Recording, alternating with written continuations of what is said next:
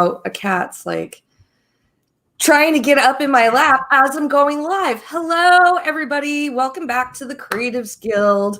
And it is the season finale of Lovecraft Country. And this has been such a great ride that we've been on. So I just want to go ahead and jump into it. And Heidi and I are going to be joined by many guests tonight.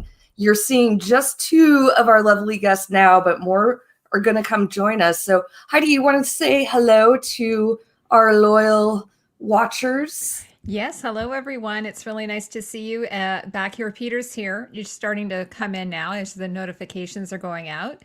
And yeah, we're sort of having surprise people coming on. Some people who have graciously agreed to come and chat with us about this final episode as well. We'll probably do some chatting a little bit about the whole season as an entirety. Yeah. And then we want to welcome back one more time our lovely friend Tanya from 1,000 Eyes in One podcast. Tanya, hi. Hello, everyone. I'm back. Tanya from 1,000 Eyes in One podcast. Nice to see you all again. Oh, we're so happy that you're back with us. And we have one more guest to introduce right now. She's staying hidden for, I don't know, secretive reasons. She's a lady of mystery, Alicia Kingston, aka AK-47. Hi, Alicia. If only secretive and mysterious reasons were actually afoot, that would be so much cooler. No, guys, I'm usually on camera and always trying to be in the thick of it with the family that we have here, but I'm not feeling that well, so I don't think you guys want to see the medicated AK as we're talking. So I will be off camera for most of the stream tonight, but I am here and I am very glad that Bex and Heidi have me on. It's great to meet Tanya. I've been checking out you guys' work there, Tanya. I haven't commented or anything, but I've been listening over the past couple of days as I've been working from home, and you guys are awesome. So I'm very happy to be here. Thank you. Thank you for having me, ladies. Yes, thank you so much for being here. So, yeah, let's jump into it. I want to hear what everyone thought of episode 10, Full Circle. Tanya, you want to start us off?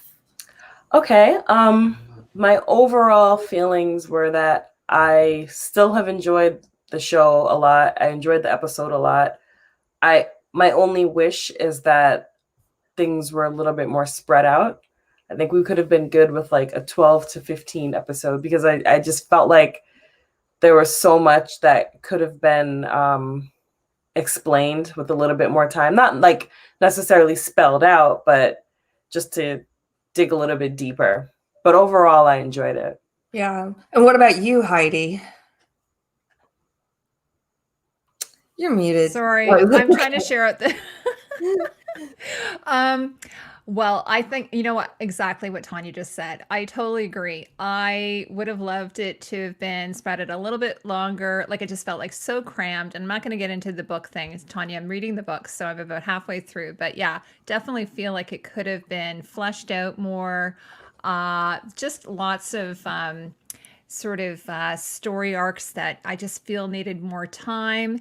And of course, I'm very, very upset at one of my favorite characters, spoiler alert, who died in this episode. And I'm hoping, fingers crossed, that that doesn't mean gone forever. So just my feeling for that episode. Yeah, Jen, yeah, I agree. Like, and I think was in Tony's stream that they were talking about it, but having just 10 episodes flat is, I think, doing a disservice to a lot of these shows. And also, Tanya and I were talking about this before we went on stream. Like, we both definitely don't think that this is coming back. I think it was probably meant to be a mini series, more so than an actual new show. I mean, who knows? I want it to come back, but we'll kind of get into that discussion later. But yes, agreed. Like, the 10 episode precedent is a little And then AK, what did you think about the episode as a whole? As a whole, I am good with it. I think there's maybe 2, maybe 3 components that I think I would have liked to see stretched out just a tad bit more. But for what they gave us, for the time that they were given for the episode, I think it worked out pretty well. I'm ultimately happy all around. A good storyteller will always leave you wanting more, and I want more. So I'm not mad that we weren't given more. I'm happy about that. I think it's very fitting for the story. What was the standout moment for you in this episode? The standout moment. Oh, the standout moment was there was a bit of an inkling going back and forth, me and one of my cousins, but we brushed it off until it actually came to fruition, and we saw what was actually what, and we both nearly jumped out of our seats like, bitch, did you kill our Ruby? That Yep. that moment. Off camera. Yeah. Off camera at that. I mean, and granted, yes, we know she's in a coma, but it kind of might as well be a death sentence because don't nobody know where Crecilium live. Exactly. So how are they going to go retrieve my baby girl's body and possibly get her the medical attention that could maybe bring her back to us? I don't know. I'm a little bit iffy about that one there. Yeah, there was something I felt, and this is what I was saying. Like, in one sense, I don't think that they're going to come back and with this particular cast, this particular storyline of Lovecraft Country, but I think that, maybe they're not planning on it, but there are a few seeds left between our baby girl D and Ruby, like as far as like what, like continuing those stories, like there is still potential and possibility, but it was like they left it a little too open-ended, the Ruby storyline specifically. There was also one small segment, and this is a thing that I'm sure not many people really caught on to, but I am, I write fan fiction, so my mind always does like crossover things. So when I see stories and similarities with characters, the lines automatically start connecting. I did for a really hot second think that Dee read that part up to where, things started going left for the party. And she like dropped the book and gasped. And we saw that. I was like, oh, she's about to pull out a pen, just like Maggie and Inkheart, and she's going to rewrite the story. And none of that nonsense is going to matter that we just saw. And she's going to give us what we actually are supposed to see. But that didn't happen. Yeah, I like that. I also, and maybe we should talk about like collaborating on a D fanfic. Oh, girl, say the word. Say the word. We could make a 10-page PowerPoint about that out loud right now. No, because I really thought from the beginning that Dee was going to have a little bit more of an integral role about how our heroes were going to defeat the big baddie. Agreed. Between like the artwork in the Atlas, her comics, I have a lot to say about like the 2 scenes with her and Hippolyta, which I love. That was one of the big things I put in my George, Hippolyta, and Diana theory video, was that Maggie has that Silver Tongue Inkheart power upgrade that Maggie had, and it's something that could have been utilized but wasn't. So Well, and I think they gave a lot of that kind of power to Hippolyta, which I don't disagree with. The only thing I really disliked that Hippolyta drew the comic. It's like, that's Dee's thing. Yeah. Let her have her thing. Like, I get it. Yeah. Like, I wondered about that too. You're an amazing scientist, discoverer, explorer. Like, let Dee have her thing. But I do like that she shouted out Afua Richardson because she's Yes. a real person. Yeah, so that well, must have been that's and she drew. She did the artwork. Yeah. For the show. So yeah, so I thought that was cool. When she brought that comic in, I actually thought that she was gonna say that she got it from like future D. That's what I thought too. Like, from the future, but then she's like, "No, I was taught how to do it, so I can teach you how to do it because I'm amazing." She's just showing off now. Yeah, she's Look at all these things I learned. Right, like Hippolyta, we know you're super cool, man. Okay, calm down now. Yeah, and that freaking lab that she has with all the cool baubles and nerd sounds that we didn't get to see, but we saw all of the excitement on Dee's face. I was like, wait, I mean, can we just get like a 30-second glimpse? I mean, that's not going to take that long. Can we see 2, please? But they didn't give it to us. It was a nice surprise, though. Yeah, it was. I liked it. So Heidi, why don't you tell us about like any of your standout moments from this episode? Oh my God. Well, the one that I'm still not sure how I feel about is the final moment with Dee. Not the reveal of her hand or anything, but the fact that she, spoiler alert, killed Christina. I kind of felt the same way about that moment as I have with Arya Stark. I just sort of was like, so this is my opinion, but like, okay, we're making her a murderer now. Like, I had no problem with her having the Shoggoth or even maybe being responsible for killing Christina, but usually in like more of a defensive way as opposed to an offensive way. It just didn't feel very hero-like to me. So that's my feeling. Yeah, some people might feel different than I do. Yeah, my immediate response to that was like someone. I wonder if there was some executive like that said, "Hey, Misha, you know who people love? Arya Stark." So that Christina's like the Night King, like I don't know, I guess. Well, yeah, I mean, she ended up being an evil entity. Yeah, she was the quote unquote big bad personified. I mean, I think that they had like a lot more metaphorical big bads in the show, but at some point. Jenya says, I definitely yelled out, she Arya Starked her. Yeah. Yes. Yeah. And it was kind of like, I mean, they kind of left her because she was pretty much going to die. I mean, we, leave her for dead kind of thing, which maybe be worse. But I don't know. It just felt very vengeful. I felt bad because I felt like she's seen so much horror already in such a short life.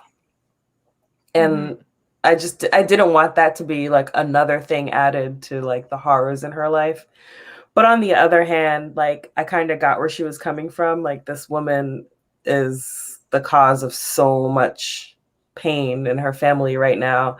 And why leave her to die? Because what if she doesn't? That's, when she says that line, like, oh, they never learn.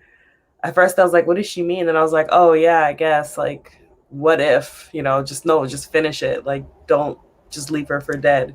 Yeah, I guess I think if she had, had the Shoggoth do it, it wouldn't have felt as terrible as her actually squeezing out her throat. If she had sort of Sansa Stark did it with the dogs sort of thing, as opposed to actually doing it herself. Now, for me, it was like that old adage from every now and then I get an inkling to watch the old school Henry Seeley Shaka Zulu series, and one of the things that Nandi, his mom, always said was never leave an enemy behind. Yeah, Christina probably was on death's door, but why chance that? Right. Go ahead and finish it. And with all the things you've seen too. Exactly. And she also doesn't know she's been bound for magic. She wasn't there for that. Exactly. So it's like, which is another thing. Why did they leave her in the car? Why would they bring her to the bridge in that fight? Yeah, like healing. Where else were they supposed to put her? I mean, unless they like really were like, well, this robot arm is going to come in handy. But yeah, it's as soon as like at some point they were, they were splitting up, and it was like, wait, where is Dee? I think she was exactly where she needed to be. Yes. Because if it was me, granted, she's got Blinky with her, but Right. I still don't want her in that fight. And we know in the forest, that all of the other little things are going to be running around, but that's fine because we know Blinky got her. So that I think that was the perfect place for her. And then last coming time up she at was the left end alone, there, last time she left alone, she got cursed. exactly. But last time she was Sorry, left AK, alone, do you call it unprotected. Blinky? Is that the name of the show? That's No, what that's what I call it. Yeah, yeah, it's I've been calling him Blinky as well. Blinky. Yeah. Oh, Yeah. because So, of you know, the eyes? Christina is the culmination That's so cute. of everything that started going wrong in her world. So if she can come in after, you know, the adults have done their thing. Yeah, okay, it's pretty much over. But like she said, they never learn. We are not going to come back here in another couple centuries if something happens and our, you know, future the descendants need to pull us back for another charmed escapade in fixing the past because somebody left this one little thing unturned. No, I am wrapping my hand around your neck and I'm making sure that you're done. Yeah. And I think Dee deserved that vengeance. She was angry for a very long time and she was justified in her anger. And I really did love that Hippolyta, when they talked, Hippolyta did not dismiss that. I thought that was a really great bonding moment. And here is the culmination of that. So I was here for it. But again, I'm also an Arya Stark fan, and I was here for Arya Stark, giving Meryn Trent all of that business that he deserved. So yeah, this was Dee's Meryn Trent moment, and I liked it.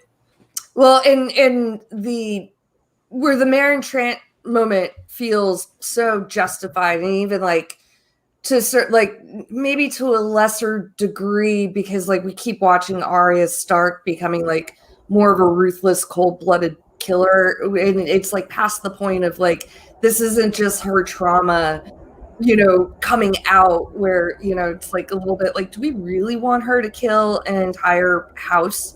But you know, I hear what you're saying. Like, I just, there was also something while she was in the car, the book that she was reading, talking about spilling the blood other than their own.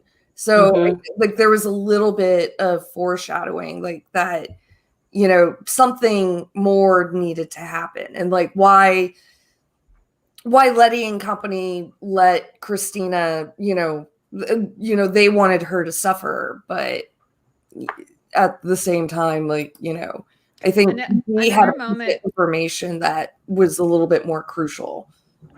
Sorry, Rebecca. One of the moments that I did really love, and it's really gory, but I love the scene where she cuts open Atticus's arms and the blood just comes gushing out and she's covered in it. Like, and she's wearing that white dress. Yes. It's very Carrie moment. Yeah. I love that. Yeah. I mean, obviously it was poor Tick, but I was like, wow, that was such a cool visual. When Matt gets here, I want to talk about that scene with him because like that was one of my favorite music cues for the entire series. So I really like want to get into that whole juxtaposition of the music and those visual imageries with Matt. So yes, I love that too.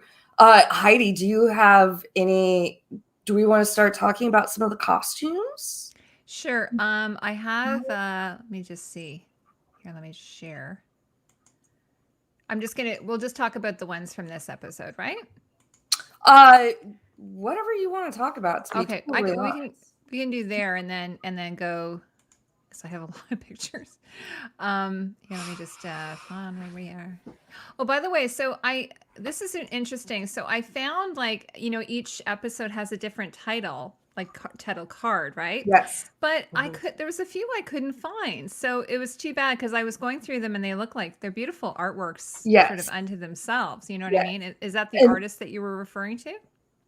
Well, the artist that we were talking about, like, definitely drew the comics. Oh, okay. Yeah. Sure.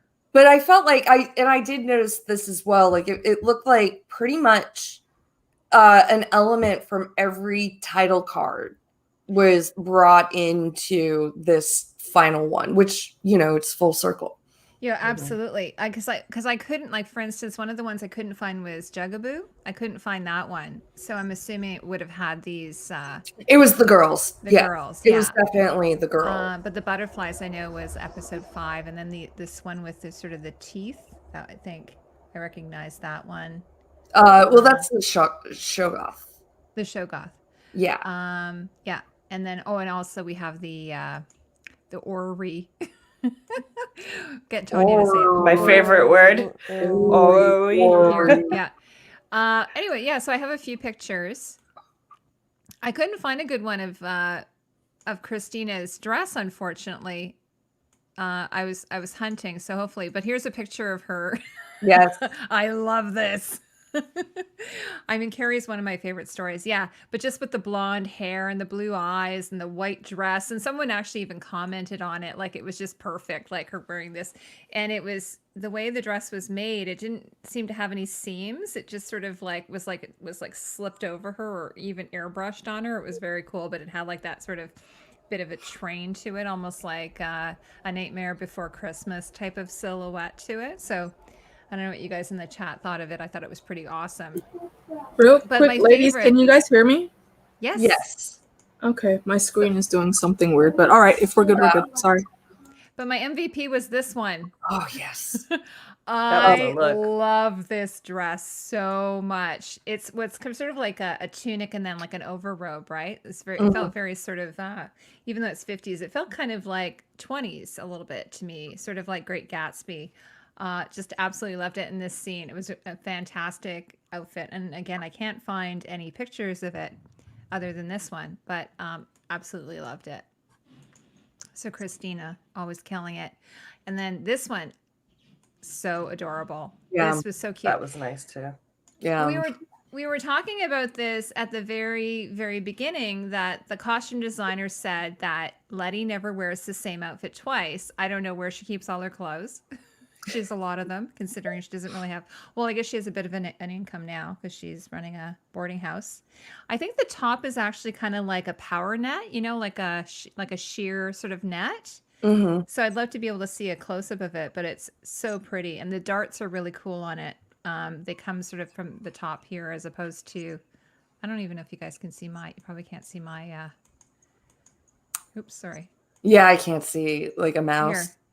Oh, there. Yes. Yeah, so you can sort of see the darts, which are really cool in the 50s. So you've got like this cross dart, which is in the center there, like they call it between the bust points, and then you've got the ones kind of going above there. So it's a really, really unusual cut. And so I don't know if this is a vintage piece. It looks like it might be a vintage piece to me, or they've reproduced it, because it definitely has like that 50s silhouette to it. So I love that. I thought that was amazing. What did you guys think of the costumes this episode? I mean, I think like the costumes are, stellar every episode. But I agree, it was like Christina's black and gold outfit that was like so good. Yeah. And the other one, of course, is Ruby. She always is dressed beautifully. Very, very, she always has the hair and the earrings and the jewelry and the handbag and the hat. So she actually does wear a hat with this one, but I don't think I have that picture. But here it is again.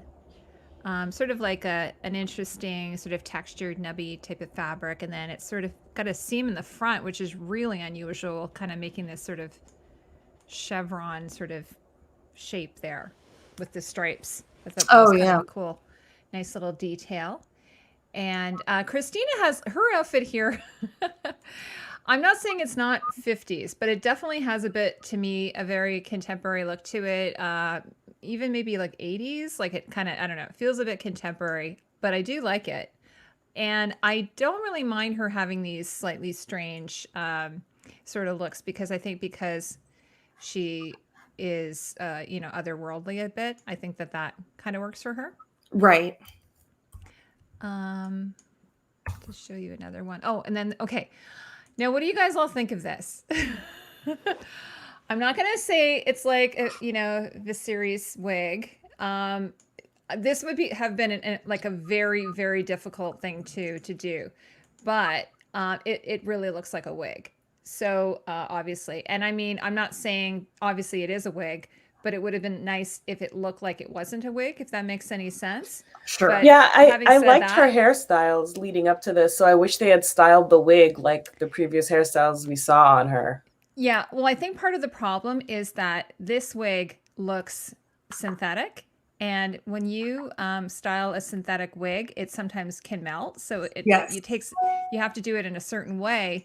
So this would have been very, very challenging, but I don't think that's a natural wig. And the other thing is you can't see the part. So it's like it's not built. It doesn't look like it's built on hair lace, like which a proper wig would have, be built on, and it would have had a hair front lace as well. So, I mean, this is a problem with smaller budgets. I do want to say though, and I've mentioned this before, that wigs come under a different department. So like say in Game of Thrones, you can't blame Michelle Clapton for the wigs because it's actually not her department. It's a different person. So when I complain about Cersei's turnip wig, which, as everyone knows, I've gotten yelled about that so much. Her turnip wig. Wait, which wig is the turnip wig? Like the short? The short one. Yeah. Okay. She calls it, the actor, like Lena Headey calls it the turnip. Got it. So I started calling it the turnip. And I hated that wig so much. Like I railed against that wig. I don't even know how long. So this isn't as bad as all that. Like I don't think it's as bad as like Rhaegar's wig. But yeah, it's a hard thing to do. Fucking wig. Why are you bringing up Rhaegar? But you know what I love? The outfit that she's wearing though. This outfit, it's beautiful. I mean, she's just casual, but I love it. It's just very relaxed, and it's a nice contrast with the blue. Yeah.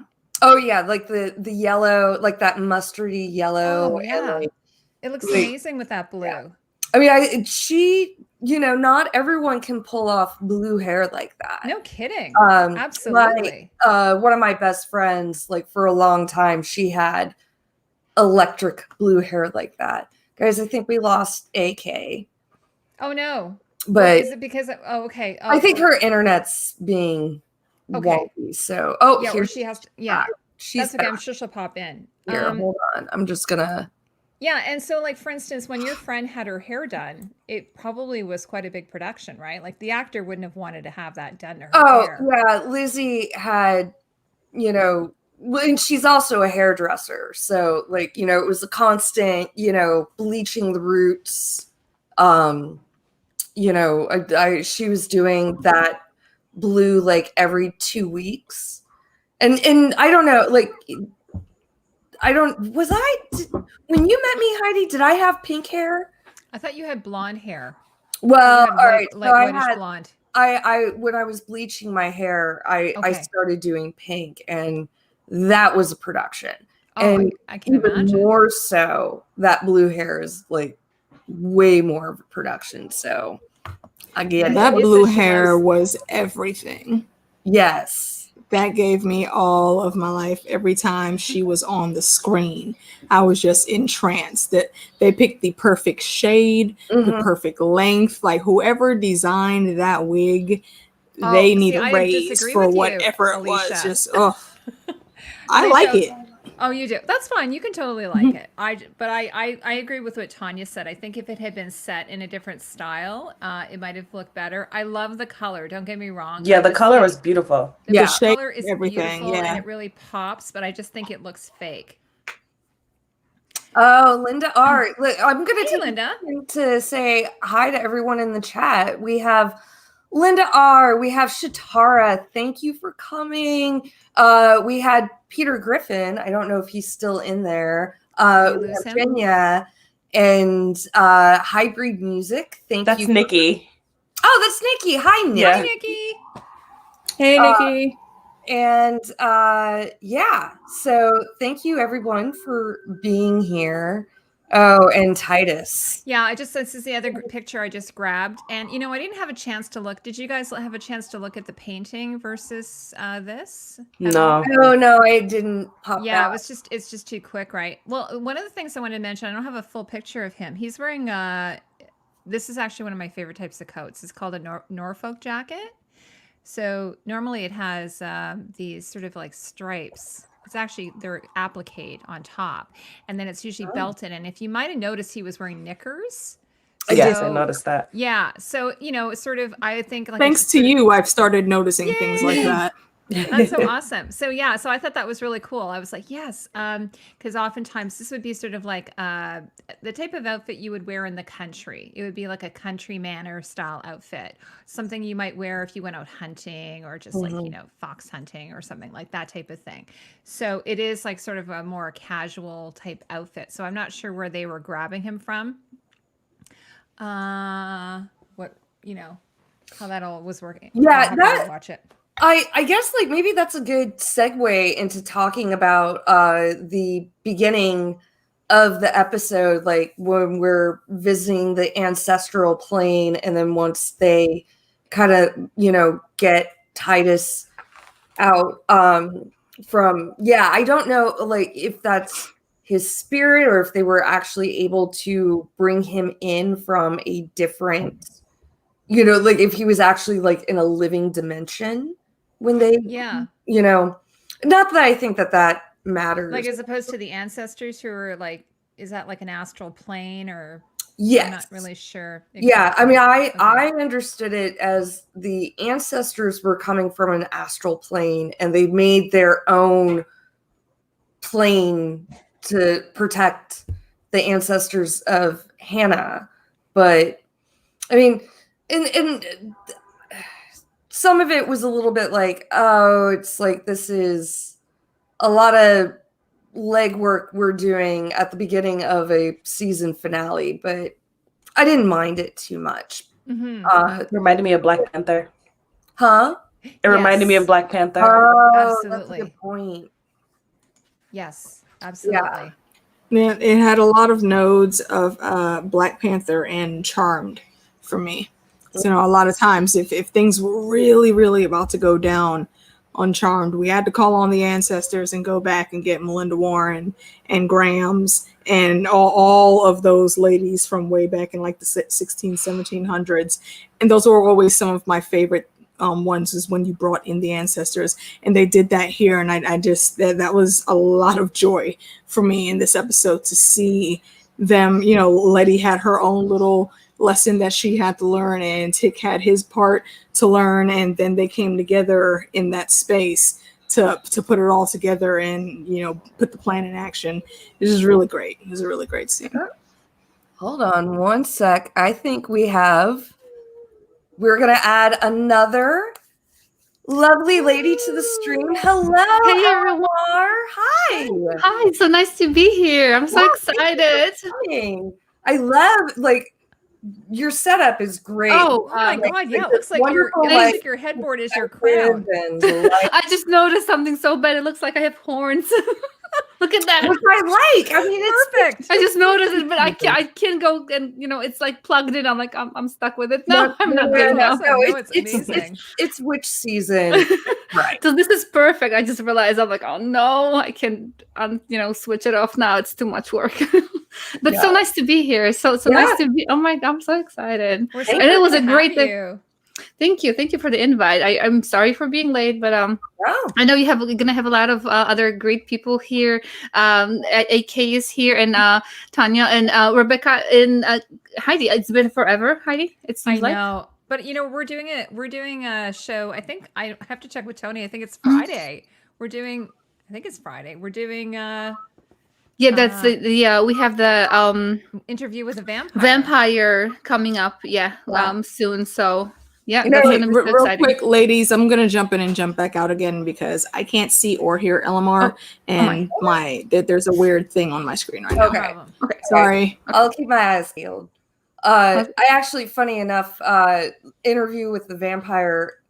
It's either on HBO or on Hulu right now, and I knew you guys were doing it, so I was like, I haven't watched that movie in years. So I know I have to rewatch it, Elamar, because I haven't seen it.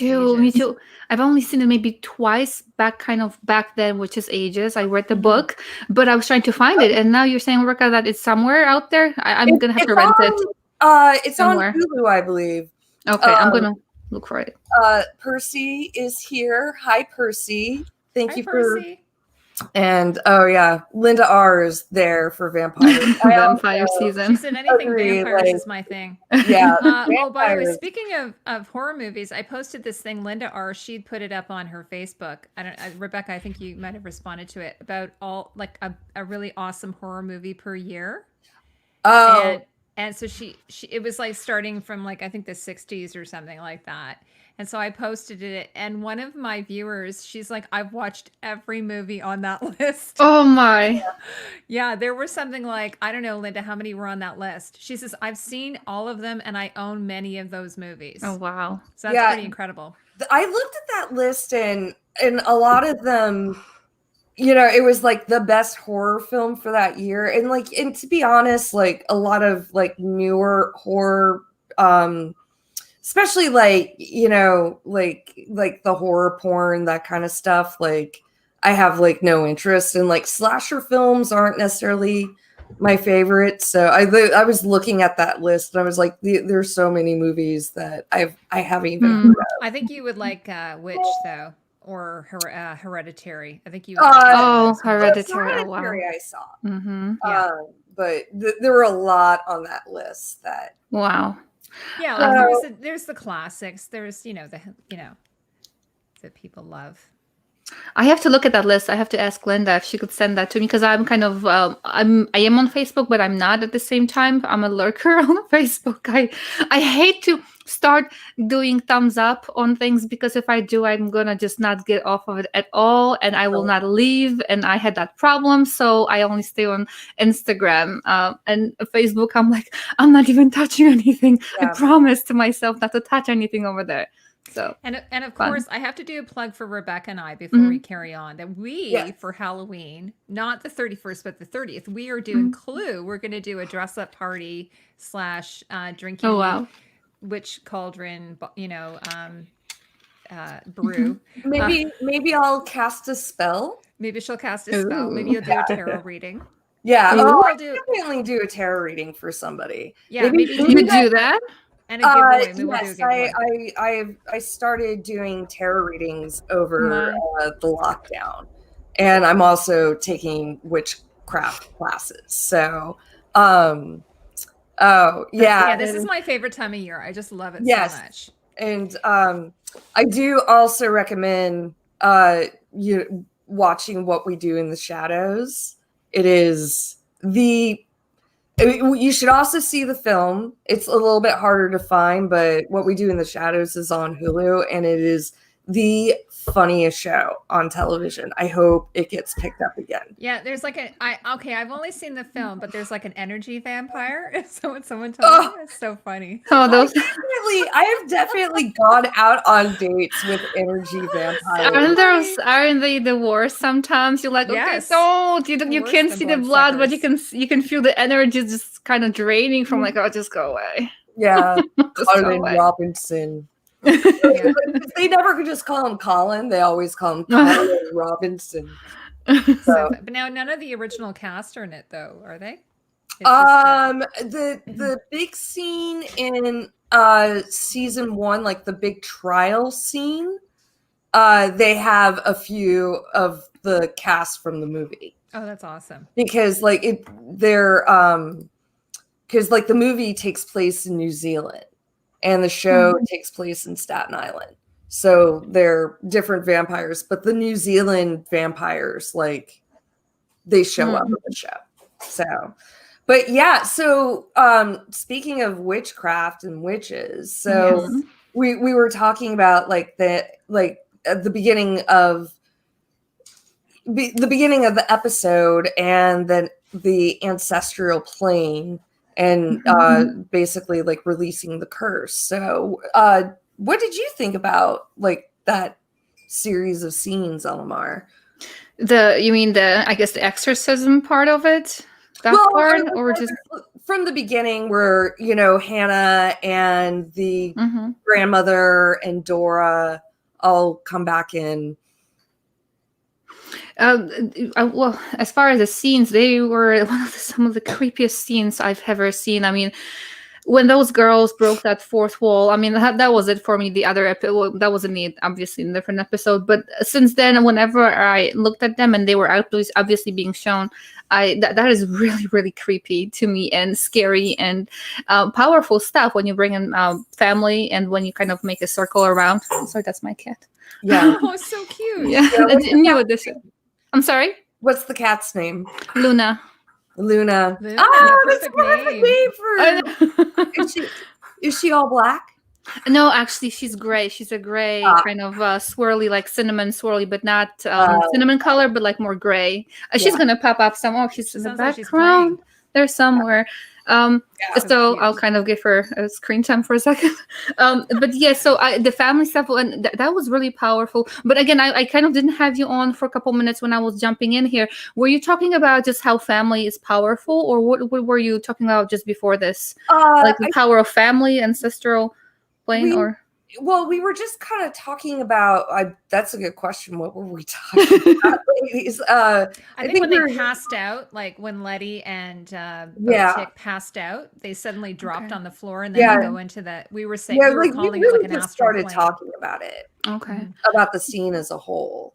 Well, I was surprised. Again, I'm not sure if this is the direction you were going with, but I was surprised and curious if how much time has passed over there. And there was a fire. Obviously, they talked about the fire being used before. I mean, she felt pain. Hannah felt pain, and in the beginning, she saw it as I forgot her words, but obviously, it was not something good. But then it took her. She thought she was in hell. There we go. Right. And then, but it took her some time to realize, and I wonder how long she was in pain before she realized that this is actually not hell. This is not a curse. In a way, you can actually use it for your advantage. And the way she presented that fire, it was quite moving. I have to say, because you kind of give this fire as in it's like, you pass it to your other generations.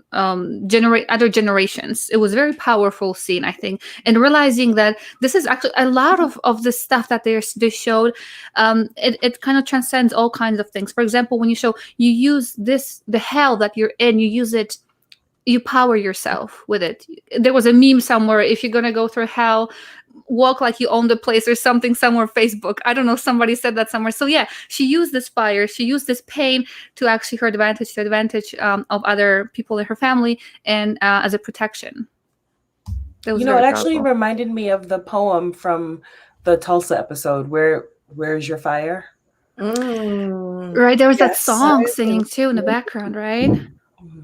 Well, the Billie Holiday song, like once Tick got to his mom, because that was like I think it was Billie Holiday. Yes. Yeah, it was a Billie Holiday I recognized it. Called Easy Living. And I loved it once they like moved into that room that looked like it was probably Tick's family home, and the Billie Holiday song's playing, but it's like it's not up in front. It had like this like very eerie soundscape, and like the visual of him walking through that room like bathed in red, like it reminded me very much of it had like a very Lynchian quality. And I don't know if anyone here watched Twin Peaks: The Return, but there's definitely a specific scene that it had like a lot of the same elements.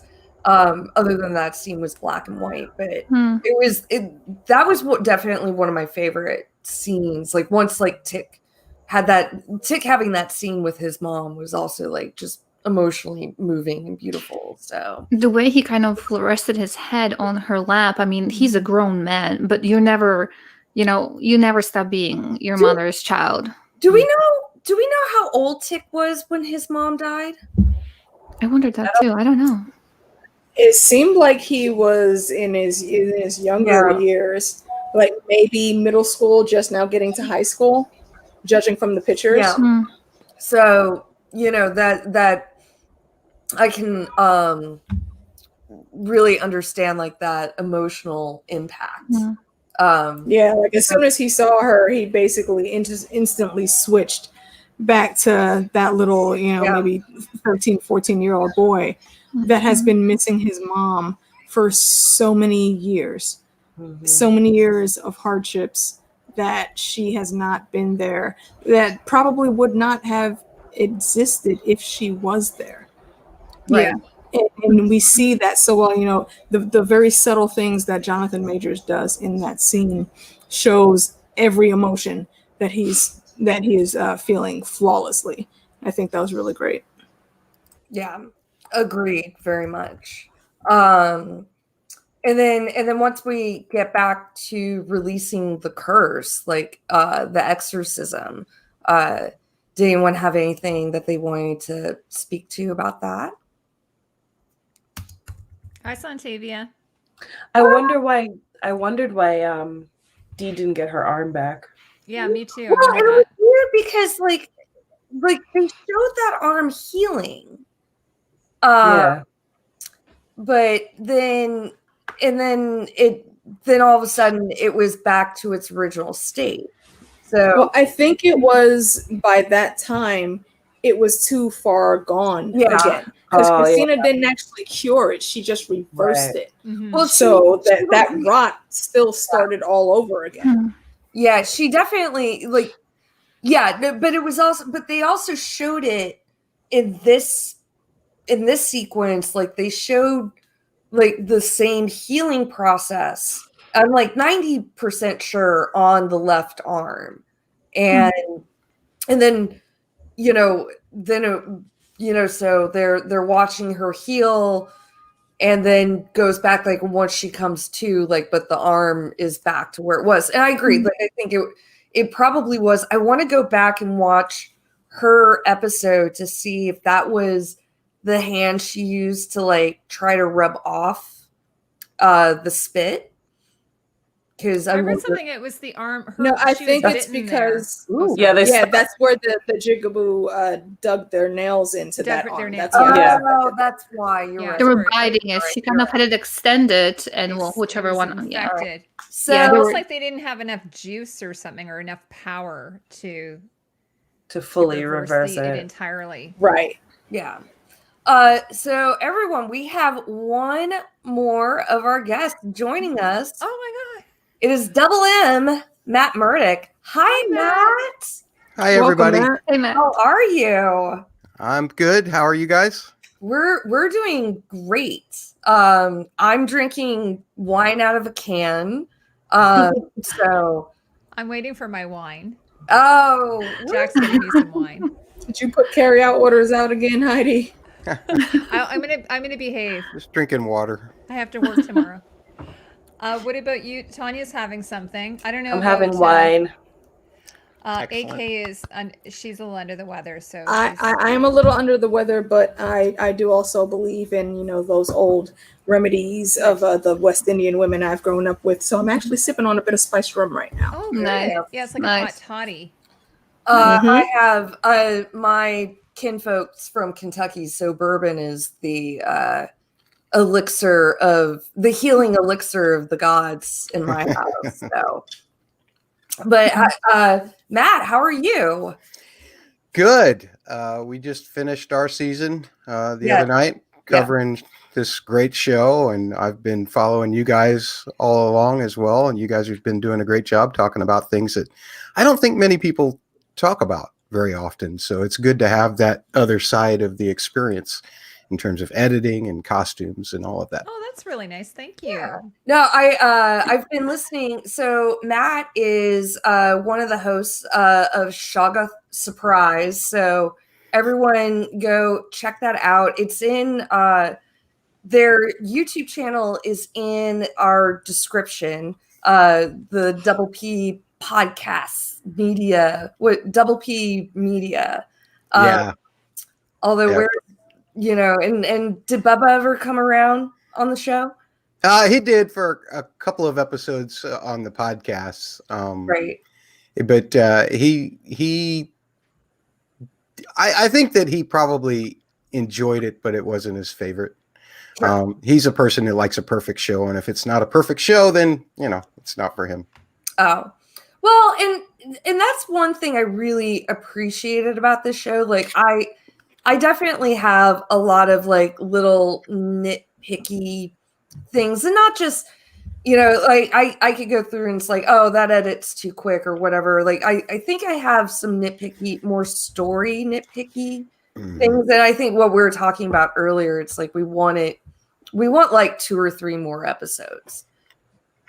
And having like there's so many things that could have been explained so much better with 2 or 3 more episodes. Is that because do you feel like they got too, you know, in some ways the show reminded me a lot of Lost in the fact that it would go very specific character centric through a whole string of episodes, and the larger plot point was kind of left behind in the wake of that sometimes, and then they would only check back in with that every once in a while. Yeah. I want to say first off, I did not watch Lost, and I think the X-Files. Have you seen the X-Files? Because that's the same thing. Yeah, but the X-Files like had how many seasons? And we're too many. Yeah. And you know, this, you know, I think they were trying to tell like a very gigantic story in a very, you know, in basically 600 minutes when it boils down to it. But I love the fact that they took risks, and you know, not everything was successful, but you know, I'd rather have a show that has some missteps when they do take risk and it's successful, it's great. I mean, you know. Excellent. So, were there any scenes in particular that stood out to you? Well, as somebody who's always into the music, I always feel like, you know, the scenes with the most powerful music are probably going to get my attention more than they would other people, or maybe even more so than they deserve to. But you guys were just talking about Tick talking to Dora, to his mother. Yes. In that place. And that there was a moment in there when she starts talking about how it was all of their love that made Tick who he is. You know, George's integrity, Montrose's fierce heart. There's a theme that's being played very lightly in the high strings there.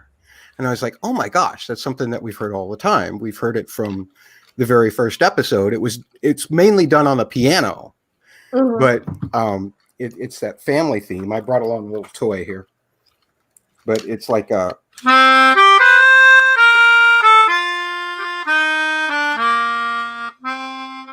So you hear that in the strings, very high, but every time that we've heard this theme with the piano, the harmony was different. So I almost didn't catch it, but when I did catch it, it made me appreciate it. I call it like the family theme. It's actually part of a much larger theme that Cartman did that did mean to signify family. You heard other parts of that theme with Montrose and Tick, I think, when right before Montrose killed Yakima. That was also part of that all same long theme. But those are things like that always catch my attention. Yeah. You know, it's and we had been talking all season with John about you know, as like picking up on like these like, you know, character motifs. And it's so funny, like for a season 1 of a show and having you're going episode by episode, like you're not picking up on like these motifs like right away. Sure. But we got back to Artem, it's like, oh, I remember that. Yeah, well, you know, of course.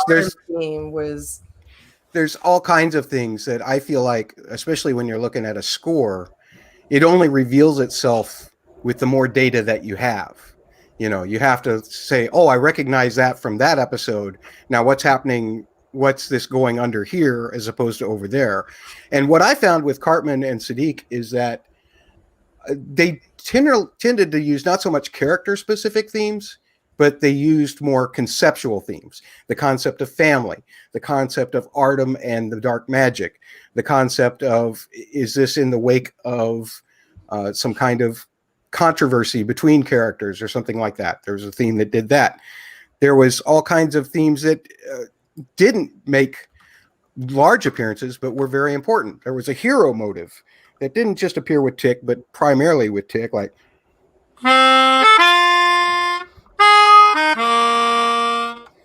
a theme like that actually showed up for the very first time in the first episode in Tick's dream, and it was for Jackie Robinson. Mhm. So then we heard that same theme when Tick picked up the bat in episode 9.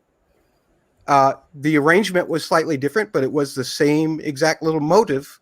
And so that becomes a hero concept, not just whether it's Tick specifically or Letty specifically.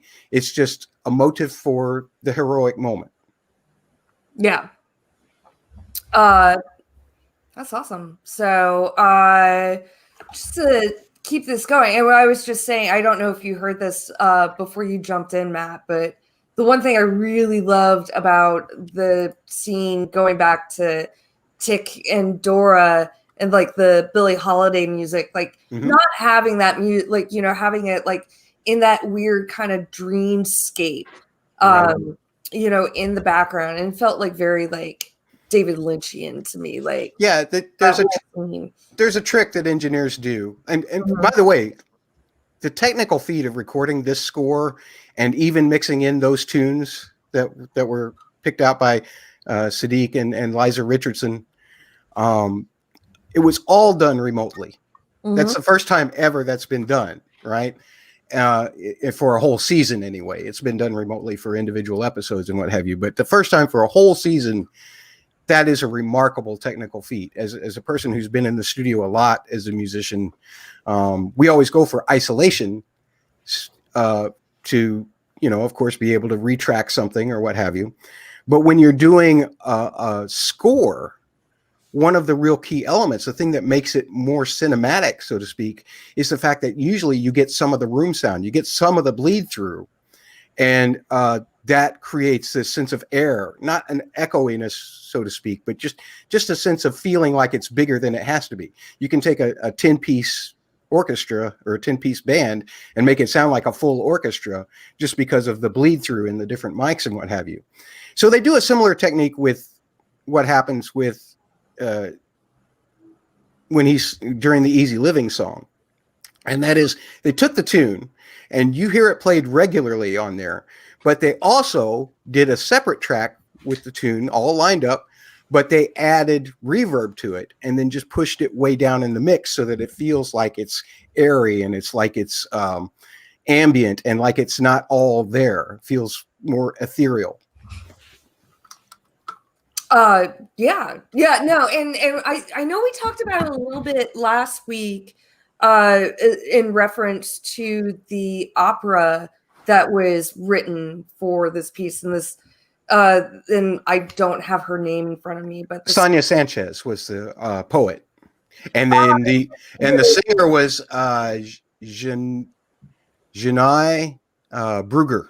Oh yes, you're right. African American opera singer, very gifted. Yeah, we talked we touched a little bit about how much you know, that she had she was basically recording the her part in her apartment with, like sound blankets or like moving blankets because she didn't have like proper like soundproofing, and had to keep stopping for sirens and whatnot. Which she in Cleveland? I think she's. Is that where she's at? I thought it said Chicago, but maybe so. But maybe so. See, it all is the same. Anyway, so no, thank you, Matt. Like that was a great tidbit. Did you have another favorite scene of the show, of this episode? Well, I really liked where the whole thing showed up as far as that hero motive, which I just played also, and that was when Tick was being led to the altar by the villagers, because then you know, psychologically that's a cue to you, and you don't know how things are going to turn out, but psychologically that's a cue to you that this is the most heroic thing that Tick has probably ever done. So I love that. I definitely want to come back to you in a little bit and talk about the music in that final sacrifice. But I don't know. Let's move on for a minute. Like, maybe this is a good time to start talking about Gia, and her reemergence in the story and her importance for this episode. So, does anyone have anything particular that they want to talk about? Jiha in general? Just when Tick said to her, we're like family, all I kept thinking was like, if a man I was in love with, who I've had sex with on multiple occasions, sat me after, throwing me out in this horrible way, then sits me down and tells me like they're like family, like I might choose violence. Yeah. At that point. Yeah. No, Tick, like she doesn't owe Tick anything. At all. Although like there's something still she has like, whatever that deep magical connection, knowing like somehow like their fates are entranced, but it's also like middle fingers in the air, asshole. Yeah, seriously, like I wouldn't even still be in town. I'd be like, well, you die, you die. Yeah, I wonder how long she waited for him. That was kind of weird. Yeah. Yeah. Exactly. Well, I guess it's also like I gave it a little bit of like, she traveled all the way from Korea, which was probably not an easy thing to do in 1955. That's true. You might as well stay a while. You might as well stay a while. But I loved her. She looked like a Catholic cardinal. I love that cape. I love capes. I love the cape too. Oh, I love the little capelet. Yeah, I don't have a picture of her. Yeah, no, yeah. I mean, we didn't talk about her episode, but I loved all of her costumes. Yeah, they were just gorgeous. I have a few actually, not from this episode, but if we want to, I can. Yeah, we can. Later. Oh, let's do it. Okay. So let me just find it. Because I feel like she probably, even though she got an entire episode on her own, I still kind of feel like she was one of the more underutilized characters in the story overall. Like, yeah, absolutely. Because I know Matt and Catfish, who have been hosting Shoggoth Surprise. Catfish did not like the Jiha episode, and I loved it. So there you go. And that's the thing. Like, I love the fact that we got all these like individual episodes, but me too. At some point, like there's a little bit like it did sacrifice a little bit with the overall story. But I think with her, she was, even though she herself wasn't as important, I guess at the end she did not save Tick, but she at least killed Christina. Made her not so immortal anymore. But I think each episode, and that was a great thing that I loved about the series, on top of everything else that I think I mentioned it from time to time, and I'm pretty sure I mentioned it here already, that I can relate to different things in it. The things that are kind of unexpected. In her case, she was like everybody there. We talked about it with Tony before. Everybody there wanted to be somebody else in the beginning, and then somewhere in the middle of it, or towards the end, they found out that, wait a minute, I don't want to be this person, whatever, that why I want to. And it takes them a while to realize who they want to be. Like in her case, in Jia's case, she could have killed somebody else after Tick to be free, but I'm not sure to this day if she did or didn't, but she chose not to. She discovered that she can feel and have emotions as this creature. She doesn't have to be human, or she can combine the two. And I think that both of them merged in a way. Like we have merging of Christina, and we have, others, we see all that. So even though her story kind of wasn't that important to see how it all because she kind of was just a side character, but through her and through her pain, we see how Tick became who he was currently. The murder, the war crimes, all that. That made him who he was. So we kind of use her. She's used so many times. Yeah. No, and I love how much like we go into like these individual stories, and I think that's probably like what, because if the whole show was you know, just like the finale where it's just like all these things happen and it's like, oh, and I'm gonna explain all these little things real quick in a flashback, and we would have given up on it a lot soon. We probably would have given up on it, but like we were so attached to the characters.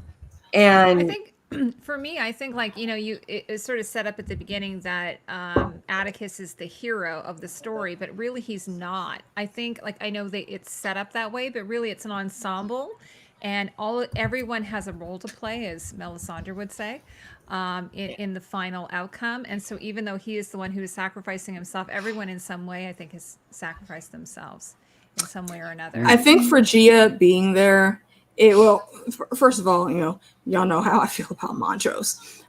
But if you look at Tick, how do you feel, you know, Alicia? Tick, no, we'll get to that. We'll get to tell that. us how you feel. He has a fierce heart. No, Don't we're gonna finish this scene first. AK. We're gonna finish this first. Tick is our hero, yeah, but he's kind of a fuckboy. Yeah. If you pay attention. So it makes sense that he would actually have to have all these folks on the team to get things done. And he needed to say everything that he did say to Gia, because yes, your relationship ended badly in Korea. You didn't know what was going on. You were scared and frightened and whatnot. But you stepped across the line that you shouldn't have when she came to the house, bro. Mm-hmm. And I'm glad that he owned up to that. And most importantly for Gia, in my opinion, though, her being there was almost the linchpin, the absolute necessity, because she's the only one that Christina never saw coming. Mm-hmm. And in the end, it was her that had to go into the darkness, you know, literally, to make that last spell happen and to protect magic from white folks all around. And see, this is why I feel like it would have paid off to have just a few more episodes, because if we could have seen a little bit more of Gia, I would have enjoyed better seeing like her journey from when we last see her going to see the shaman to her using her tails to save, you know, to end Christina, basically. Like I think it would have been good to have a few more episodes to just show us a little bit more of her story, like just like how she kind of got there. Like they gave us the little quote flashback and, you know, she kind of looks back, but it still did feel like this random person kind of thrown in, even though we had a whole Gia episode. Well said. That flashback. I was hoping she would have went complete Doc Ock on that bridge and just started bodying everybody. And that's another thing. We don't know a lot about how she can use her tails, because now I assume she can't just like call them up whenever she feels like it. There has to be some type of catalyst, but I don't really know. And I think that if we could have even just seen a few more scenes of her, not necessarily a whole other Gia episode, but just to get a little bit more of everyone, you know, just to spread the story a little bit out a little bit more, so that we can kind of become more like I didn't feel connected to Gia. We didn't get to see more of. We saw some of, you know, had like a D episode, but I still would have liked to see a little bit more. I would have liked to see Hippolyta use her skills a little more. You know, it just started to feel like a lot happened in just 2 episodes that could have been expanded on. Yeah. I wanted Hippolyta to have that badass sword that she had in her episode on the bridge. Right.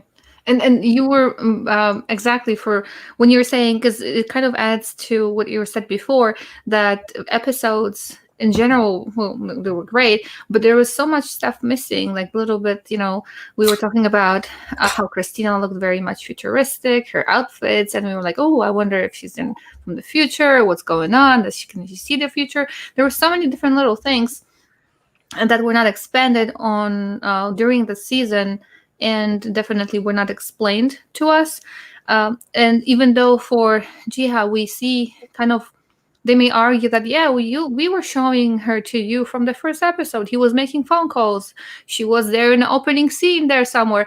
But these are all little hints. And yeah, obviously, you know, she's there in his dream, and he makes phone calls to her, and this, and that. And obviously he has those memories that kind of drag through all the other episodes because of her. But it's not the same thing as seeing her on screen. Like we have other people. They may not have had their own episode, but they were definitely part of, you know, there is a, you know, a line here, an interaction there. So we build this connection with them, and with her, it's just kind of felt forced, a little bit forced for me. Heidi, would you like to show some of Sure. these? So this is the title slide for the episode, which is I love it. It's sort of like an abstract of her tails. When I first looked at it, it kind of looked to me like velvet. Like I was like, oh, it looks kind of like crushed velvet or something. But when you look close, it sort of, because I was thinking of fabric. So here she is from the opening scene, which is like the Meet Me in St. Louis. And then she does, what did you guys think of like her doing this song and dance number? I loved it. Me too. I thought it was adorable. Yeah. Well, and it's also like Agreed. one of the things I so love about this show is like the way they incorporate like all these genres. And like we've gotten like a lot of like horror genres. We got the haunted house, but then it's like for a minute we actually had like that like old Hollywood musical, which I thought was like an excellent choice. Yeah, absolutely. And I love that sort of like, you know, sort of her American style, you know, outfit that she's wearing, the sort of the sailor. Yeah, I love that little outfit she's wearing. I wonder, it's a question for you, Heidi, actually. How, because when I see, well, I'm assuming for you, I'm sure other people know about it too, so I'm sorry if I'm directing it just for Heidi, whoever obviously answered. But women back then, they looked like always like their hair was perfect makeup, like the red lipstick, and the clothes were just like spot on. Do you know, like if they were actually like that back then? Was it a norm for them? Do you know anything about that? Well, I have to tell you, like, just from my own experience, like looking at pictures, I think actually we talked about this, Rebecca and I have talked a bit about this, just looking at pictures of like family members and everything.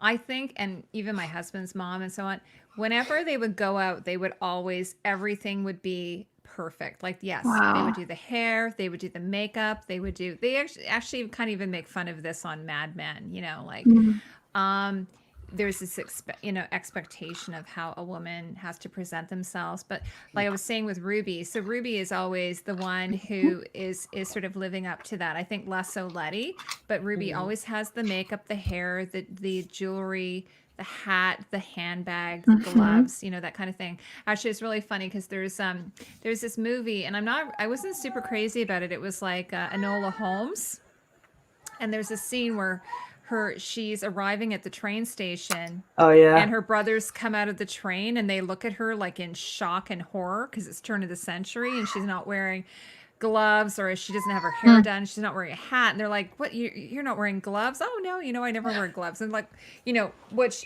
I mean, you know, they obviously have made it a bit more contemporary. So the idea that a young woman would not have her hair done, not have her, you know, you go to the salon every week and have your hair done. You would, you know, you'd have your nails done. You'd have your, you know, you wouldn't leave the house unless you looked pretty perfect. A lot of pressure on women back then. I was gonna say my grandma slept in curlers every night. Oh wow, sponge curlers. Yeah, I know some women who wouldn't even. They would get up before their husbands would wake up to put on their makeup. You know what I mean? Like they. Wow. So that their husband wouldn't see them. And actually, now that I think about it, my dad's mom to this day has never worn pants. She wears a dress every. She's 94. Oh, wow. She's 94 and has never. Interesting. Oh, that's my tiny human, Alicia. And there's even that scene. I figured it was.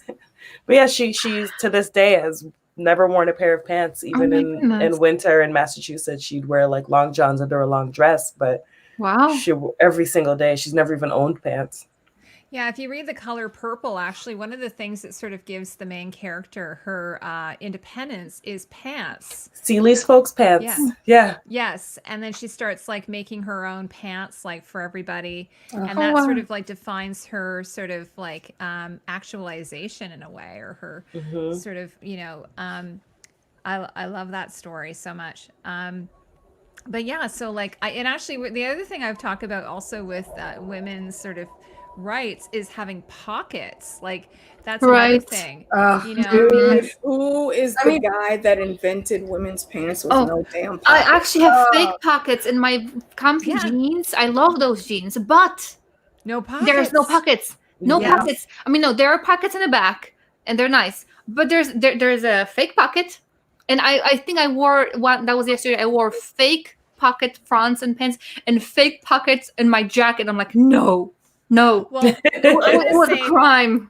I'm going to say probably the reason why there's no pockets in contemporary situations is probably expense or cost, because it's going to be more money to make pockets than it isn't. But in terms of the way it used to be, it's because women this way, they couldn't carry their own money, or they couldn't carry their, their personal belongings. So that way there would be less chance of them, I don't know, like I mean, are we all in agreement? Like it's almost hard to, like, if you try on a dress, it can be perfect, but if there are no pockets, fuck it. Yeah, absolutely. Yeah. I love when I get so excited. Yeah, I love the Oscars when you see women with these beautiful, gorgeous ball gowns and there's pockets in them. Pockets on the side, just fit it in there. I've gotten into like a weird like YouTube rabbit hole of watching like segments from Say Yes to the Dress, and the like. I had that for a while. Pockets, and it's like, oh yeah. The wedding dress absolutely has to have pockets. I would have loved to have pockets on my wedding dress. No, see, back then at least I didn't. Not who would be like pockets in your dress. I could have slipped my lip balm and a lipstick in it, even if it's just that. Stuff in the front, so I had to like stuff stuff in there. Well, when we do Interview with a Vampire, we'll have to talk about this, because women used to have pockets that they would wear like as a separate piece. They would actually go underneath their petticoats, and they would be underneath there. So anything they needed to keep would actually be built onto a separate sort of tie thing. So we'll have to talk about that. So it's like a what do they call it? In the 80s, where you have like a like a fanny pack. Yes. Yeah, it's sort of like an 18th century fanny pack. That word just gets me. Yeah. I don't know what happened with Tony, but yes, I was going to tell him that I was waving at my husband because Jack brought me some wine in a goblet. Oh yeah, he's nice. Like, Tony asked me, I saw you were waving at. I was like, I bet you it's Jack with her wine. Yes, thank you, Jack. Pocketbook. That might be where the term pocketbook comes from. Actually, that's a very good point, Alicia. Ooh. Matt's just like going, what is going on here? What have I gotten myself into? I've just passed through a few pictures from the show. So yeah, so we had this outfit. My favorite, actually, it's funny. I don't have a picture of my favorite outfit. It's when she takes the one guy home, the very first victim, to seduce, and she's wearing this amazing like dress with kind of like it looked like it's sort of like a jacquard, like a satin jacquard with sort of an Asian motif on it. It was beautiful, and it was very, very slimming. And it's funny because I remember when she's trying to do the online dating, the speed dating, and I said to my husband, "What is going on here? Does nobody notice how stunningly gorgeous she is?" But maybe they were getting that a little bit of a weird vibe from her. Yeah, that she's a monster. So I wasn't quite sure, but anyway, she looked amazing and everything. And so here's she is with her best friend, who then Chick ends up killing. She had a reason to be pissed off about that too. Because she saw it too. She didn't just right. It's yeah. I wonder if she her, like, feels pulling out the it. teeth. Yeah. So torturing and killing. I mean, killing is one thing. Obviously, you're taking life, but torturing for information probably too. I wonder if she feels what happens to the victims and what happens how I wonder if she just sees if she just was seeing the images, or if she actually felt what Tick was feeling at that time, if she feels whatever Tick or whoever she kills at that time goes through. Like when she's in coitus. Yes, like when she's in the middle of murdering them. I mean, that's what I think she feels. I think she feels what they're feeling, mainly because of when that guy climbs the mountain is like shouting like Yahoo or whatever it was. She did it too, and I imagine I'm hoping she's not that weird that she would just also shout Yahoo. So I'm assuming she felt it, like she felt what he felt. It kind of reminded me a little bit of American Gods when the one character, I can't remember her name, but she like absorbs the men into her vagina nebula. Bill Quist. She absorbs them into her vagina nebula. She sucks them into the vagina nebula. Oh my gosh. And she sort of absorbs them. I love that. I remember I read the book and I'm like, oh my God, how are they going to do this on the show? But they managed to do it somehow. It was really crazy. I still have not watched American Gods, but I've read the book maybe 3 or 4 times now. Yeah, only watch the first season though. Don't watch the second season. Although I think we talked about that. We did. Yeah. Okay, so then I only have a few more. We'll just show you guys quickly. And this is actually I got this picture. I think it was from the actress's Instagram. Yeah. But I had a pink coat for a while that was love this coat. Pretty similar, although it came with a really gaudy fake fur attachment. But it did have a fur attachment. I saw another picture of her with the fur on it. So it does have a fur attachment. Yeah. No, my definitely my lapels weren't as wide. Mm-hmm. And they were a little bit more like suit, I don't know what you call it when you have this point and then this point. A notch. Yeah. So it wasn't like one big thing, but it was too fake looking for me. It does look warm though. I wonder. I love it. And it's kind of like a bit like of a nubby kind of maybe a boucle or something. Yeah. So this is called a shawl collar, and then what Rebecca's talking about is a notch collar when you have the two the two. I wonder what the maintenance on it is. Do you have to kind of brush it? Because I'm wondering because it's kind of fuzzy, so I wonder if it kind of by where the armpits are kind of, or even here, if it rubs it and makes those little tiny fuzzy things. Yeah. Well, it's possible because, or you could, you might have to brush it with it's funny because years ago when I was working in this costume shop, we used to use cat brushes. You get those cat or dog brushes with the little spikes. Now I do know how they look like. Yeah, of course you do. Now I do because it's a new cat for some. But we would use them on low piles. So if something was a low pile, velvet or fur or something, we would use those on it. It actually really works, and you could brush it down other way. And there's also a thing you can use it's a special type of pressing needle board which you use to press velvet, so so that you don't crush it because if you press velvet without this special thing, it'll just kind of make it shiny sort of thing. So but yeah, I don't know where this coat came from, if they made it for her. I have a feeling they might have made it for her. And then go ahead. I have a question for you again, Heidi. The coat, it reminds me, what maybe what's the name of? It's not wool. It's a special fancy kind of wool from a Melton. I wonder what it's extra. It's not wool. It's a different animal, and it's extra. Extra virgin. Yes, but it's very very soft. It's not. Oh, it might be Shetland or. I remember, I'm not sure about the names, but it's very, very soft. It's not wool. And I remember way, way back when I was a kid, it was very popular in Poland for women, not for kids, obviously. I got one too. Oh, it might be lamb's wool. Is it lamb's wool?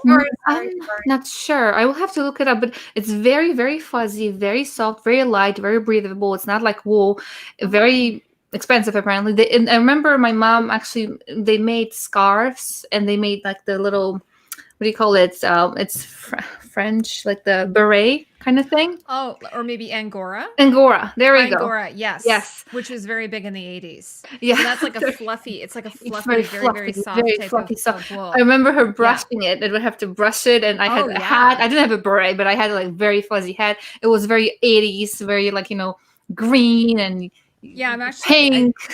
because we finished Lovecraft Country, I started watching The Haunting of Bly Manor. I don't know if anybody's watched that. I haven't but watched that yet. Yes. It's set in the 80s. Nope, I'm good on the Jumbie stories. And there's it's a ghost story. But It's a love story. she wears an Angora sweater in that. Like a beautiful kind of lavender color. Like, you know, in the 80s, everything was very soft, like Yes. rose, kind of like that coat, or lavender. And then the thing that I can't take my eyes off of, and it seems to be in every episode, though, she wears like jeans with a yoke, like, you know, with the gathers in the front. And I'm like, oh my God, I could not. I can't stop they're looking high at those jeans, and they're tapered. Exactly. I couldn't. Like, I'm like, where is she from? I forgot that, you know, it was in the 80s, and I'm like, I remember those people wore those back then. Like, they were so uncomfortable. I love the low rise on my hips, the low versus on my rise, waist. but these are so weird. They're really high rise, and then I'm they like, got the gathers. No, and I'm like, like, oh my God, never ever. I will never ever. I think they're put kind of those like on. Barb jeans. If anybody watches, Barb wears those jeans in what's that show called? Stranger Things. Stranger Things. Stranger Things. Yes. Which, by the way, Barb is one of my favorite characters. Barb. We finally got justice for Barb. She got done dirty. Very. But Peter's like, yeah. Well, all right. So thank you for explaining that to me, Heidi. Okay, no problem. My pleasure. All right. Speaking of people getting dirty, being done dirty, like, should we talk about Ruby? Yeah. Oh, I mean, Say it again, Tanya. Say it again. Are we ready? Are our hearts ready? I mean, well, aside from let's say this series is done as is Ruby alive? No. That's weird, because in that, as Gia was absorbing both Christina and Tick, Yes, we saw a scene with Ruby in that bed. Yeah. She was no different than William, no different than Del. Yeah. So That's cool. was she comatose, or because the way I understood it, when Christina explained the spell, she had to put them in that state, even though essentially they would never be consciously alive again, I guess. But she had to put them in that state in order for her spell to work, right? Well, and also in order to like keep like blood flow and like keep because like, it's really like just barely alive. Yeah, the thing that Catfish and I asked in our podcast was, would she bother to keep Ruby alive because she only needed her for this? She only needed her for the one thing, for the one time. Well, yeah, good point. But I see Christina being like, she's a forward thinker, and I'm sure she like just like I'm all right. So I've been going to witch school, and we're doing like low like folk magic, low witchcraft. Wow. And like all of a sudden I have become like the biggest hoarder of everything. Like I thank God I have amassed like a lot of like glass bottles so I can like keep my herbs and shit. So that's like a very like kind of witchy thing to do. It's like I'm not going to, have this one thing and just like use it one time and like throw it away. Like no. Yeah. Oh, and you couple that with the fact that she did go through the Emmett Till experience, really to try and connect with Ruby. Right. If she could actually bring herself to finishing Ruby off completely, even though that is what she told Letty. Right. But I mean, I think now that Christina's dead, who's going to maintain these comatose people? I think in the future you're right. I just was wondering if at that time, unless Letty finds her. Yeah, but I don't know. Even then, that's so not Letty or Atticus have no idea where Christina lives. No. Yeah, how are they going to find her? That was they don't know. They don't know where she lives. I know. No, at one point, Ruby did say that she was staying on the north side, and and Letty was like, "Oh, with a white man." But remember also, they now have the fucking book of Adam, like, or they could use location spell, whatever. Yeah, they have the wherewithal to figure it out. But I don't know if they know exactly I don't think there's no way they would know that. Yeah, I was gonna say they don't know that she's comatose because none of them know how that spell works. Yeah, exactly. She's been told that she's dead, so she's dead. Well, in that they probably would maybe believe her. I don't see why they wouldn't. I think the fact because that Ruby knows she doesn't lie, but they don't know that she doesn't. They don't know that because we know it from looking from here, but we don't know who knows what after if they talked between the drive here and there. If there was a conversation of any kind. But I keep wondering, and I did mention it. I think on Tony's stream, I'm pretty sure I did that. What if Christina's body basically went back to well, not her body, but her soul went back to Ruby, because in a way that reminds me of the episodes of Doctor Who when there were people like in coma and they were walking around and like what's going on. There are people in the hospital in the coma, but they're walking around, so it's kind of like having their body. So that was kind of a shout out to Doctor Who with that. But their spirit was gone. There was nothing. They were just empty shell. They were just using, the bodies were being kind of used, cloned, or not even whatever the thing was over there. But here, what if Christina's body got crushed? She's dead, but her soul kind of bounced back to Ruby. And I don't know. We were mentioning that there may or may not be season 2. That it might have just been the shorts. What do you call it? Short series or? Limited a mini series. Thank you. Limited series. Yeah. But why are they not telling us then? Right. Here, Misha Green, according to Rolling Stone and according to IGN, Misha Green is in talks with HBO regarding a season 2. So we're not getting any announcement because those negotiations haven't ended yet. Yeah, and then I also heard from the grapevine that Matt Ruff sent Misha a rough draft of book 2. That's what to help with that pitch. I was gonna bring that up, like maybe towards the end of the stream. It's like, do we know if there's anything coming up? If he's gonna do another book. Although I would imagine even if there is another book, even if there is another season, we're not going to see it for a couple of years. Just with everything. Right. That's a shame. Oh yeah.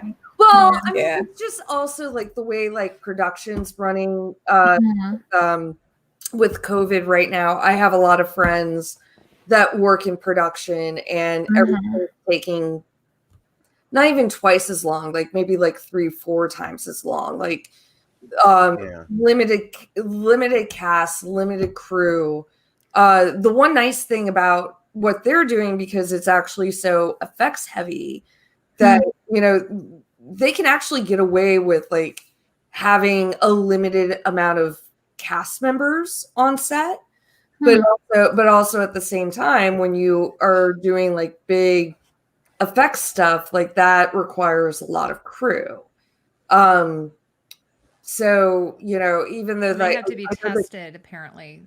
Like weekly testing, or like rapid tests, and my friend is AC, like he's an assistant cameraman, and he's working on a very big show for Amazon right now. Oh, what is it? I'm not gonna say. Oh, come on. Well, tell me privately. He was working on Modern Love. Okay. Yeah, and but like the amount he's been back on since like August. And I don't even know if they even started like full on shooting yet. That's just like how much work they're like going into to like try to figure the whole thing out. So I like it, and this is like shooting in New York. It's a little bit better in Canada. It's a little bit better in I know in Georgia. Well, what's his name? Tyler Perry is basically like, full on quarantining like the cast and crew of this working on. Well, this show was shot in Georgia, wasn't it? I thought I saw parts of it. Yes. Yeah, they definitely did some of the work in Georgia. I work a lot for shows that are on like the Turner network. So everything's made in Georgia. And I have like a little bit of resentment. Like every time I see that Georgia logo, but it's like, oh, they didn't have to take 5 seconds out of like the show to like have like, because usually on shows it's like the whole made in Georgia. That's my own silly aside, but it's probably a tax credit thing. It's probably it's a huge tax credit yeah. thing. But By there's the also way, like a big tax credit in New York, but you don't make them sing a silly song to like emphasize the tax credit. I was just gonna say one thing before we move on. Someone left this comment for me. I don't know. It sounds pretty insane, but it might be true. She said the reason why movies and television shows are shot in Toronto and Vancouver is because of the cloud cover. Cloud cover. No, I don't agree with that. Well, I know, but it made me laugh because I'm like, it's pretty much the same here.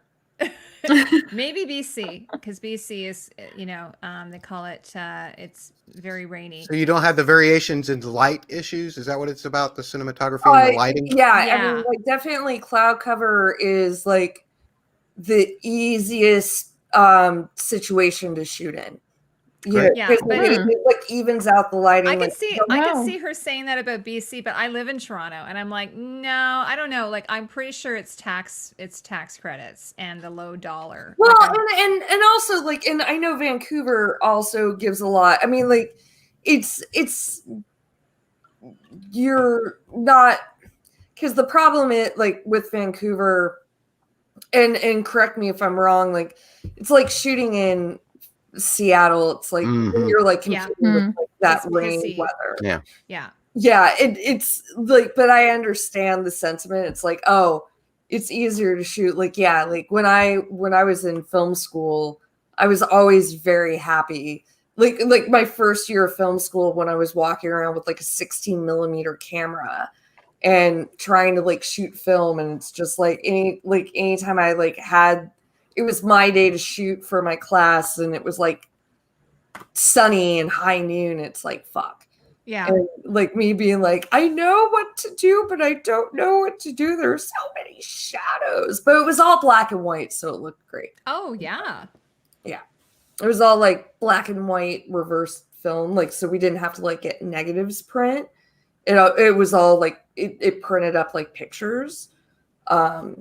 But Vanessa is saying 2 to 3 years is a long time to wait. Yeah, I had that up. It's you did. Yeah, but that's the unfortunate reality of like dealing with the pandemic, and especially like, and if Matt Ruff doesn't have a book, he's got the rough draft. Well, Matt Ruff has a rough draft. But I'm sure like at some point, like if the show is successful and like HBO wants it, like they're not going to wait for a book to get published. Peter, I think The Revenant was shot in Alberta, and it is actually very beautiful and sunny there. But I think they shot it in like more like wintry settings. Oh no, Peter says it was Montana. Oh, I thought part of it. I thought part of it was shot in Alberta. Oh, it might have been. Oh, that was Montana. God, wait. All right, so the canned wine is like getting to me. Okay, someone get us back on track. No, I do want to say we're talking about Ruby. I want to say Ruby and Christina. I kind of want to move on. Like, I want to talk a little bit about Christina.